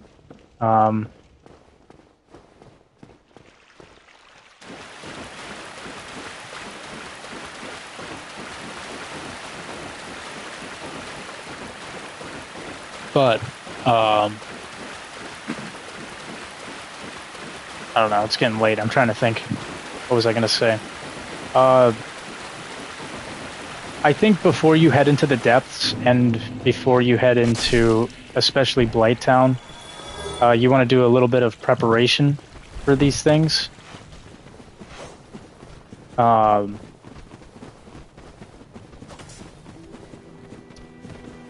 I know, like, a lot of people be like, oh, it just seems like a waste of time. It's really not. You want to stock up on those poison mosses. We're eventually going to go to the Undead Asylum again, grab a special ring that'll help us with, oh, these guys are... Get out of here. This is my safe little hub zone.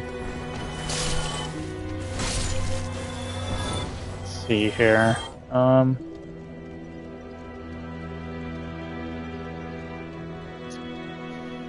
How long have we been streaming for? Oh, geez, 3 hours. See, that's how much I like this game. 3 hours just flies by. I love playing this game. Yeah, anyways, so what I'm trying to say is you want to stock up on a lot of different things before you head into the depths. Purging stones is another thing, very important to have. The depths is not as bad as Blighttown, but it also can be worse than Blighttown if you manage to get yourself cursed. And especially, I know not a lot of people are probably playing like this, but especially if you're playing on the day one patch of Dark Souls 1, the curses stack. Now, you're probably, like, if you're playing Dark Souls Remastered, you don't have to worry about this at all. And if you're playing on, like, an updated version of the original Dark Souls, you don't have to worry about this at all. But if for some reason you're playing on the original Dark Souls first patch release, for the love of God, don't go into the depths without purging stones, because you can essentially turn yourself into a one-hit. And it's rough. But, let's see the chat here. Undead Asylum time, where you can free the Pyromancer. If you want to save Solaire without spending 30 humanity, you need that Pyromancer. That is the thing. I'm trying to decide how I want to play this. I know that in my original playthrough, I managed to save Solaire, but I didn't use the Pyromancer, because I know, yeah, there's something with the Pyromancy that you can use through the wall or something. I don't really remember what it was specifically, but the method I used was spending 30 humanity, which is a big investment. But by the time that I got to that point, I was already in the DLC. So spending 30 humanity to save my boy Solaire was nothing. Nothing for me. But I'm also trying to think if I even want to save Solaire. And I know that's a controversial thing to say, but I'm just trying to think of what type of playthrough I want here.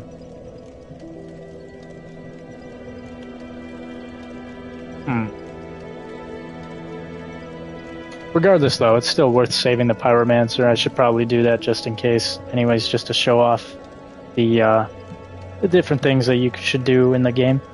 But regardless, it has been going on for 3 hours. It is pretty late. I gotta work in the morning, so I think I am gonna call it here, which is unfortunate. I love playing this game. 3 hours flew by like nothing for me, and I love this game. I can't wait to play it again tomorrow. But yeah, thanks everybody for tuning on in. I appreciate all the comments, the likes, the support, the views. Again, apologies for those who are watching this in the future and right now. I'm not multi-streaming, so unfortunately the fans on Twitch aren't seeing this, but hopefully I get the cord for my capture card replacement soon, because then I can stream through OBS and the quality will be better, the mic quality, everything will be better, pop-ups and all that stuff. As my audience who have been watching me for a while know, this is definitely not my best when it comes to streaming. But yeah, hopefully that comes soon and we can go back to streaming like normal, and then the fans on Twitch can watch as well. But yeah, thanks everybody for tuning on in. I hope you all have a good one. Without a doubt, I'm going to be playing a lot more Dark Souls Remastered, and I don't know. This game is really special. I love this game. It's definitely my favorite one out of the series. So, but yeah, I've been yapping on for too long. Hope you guys all have a good night, and I'll catch you on the next one.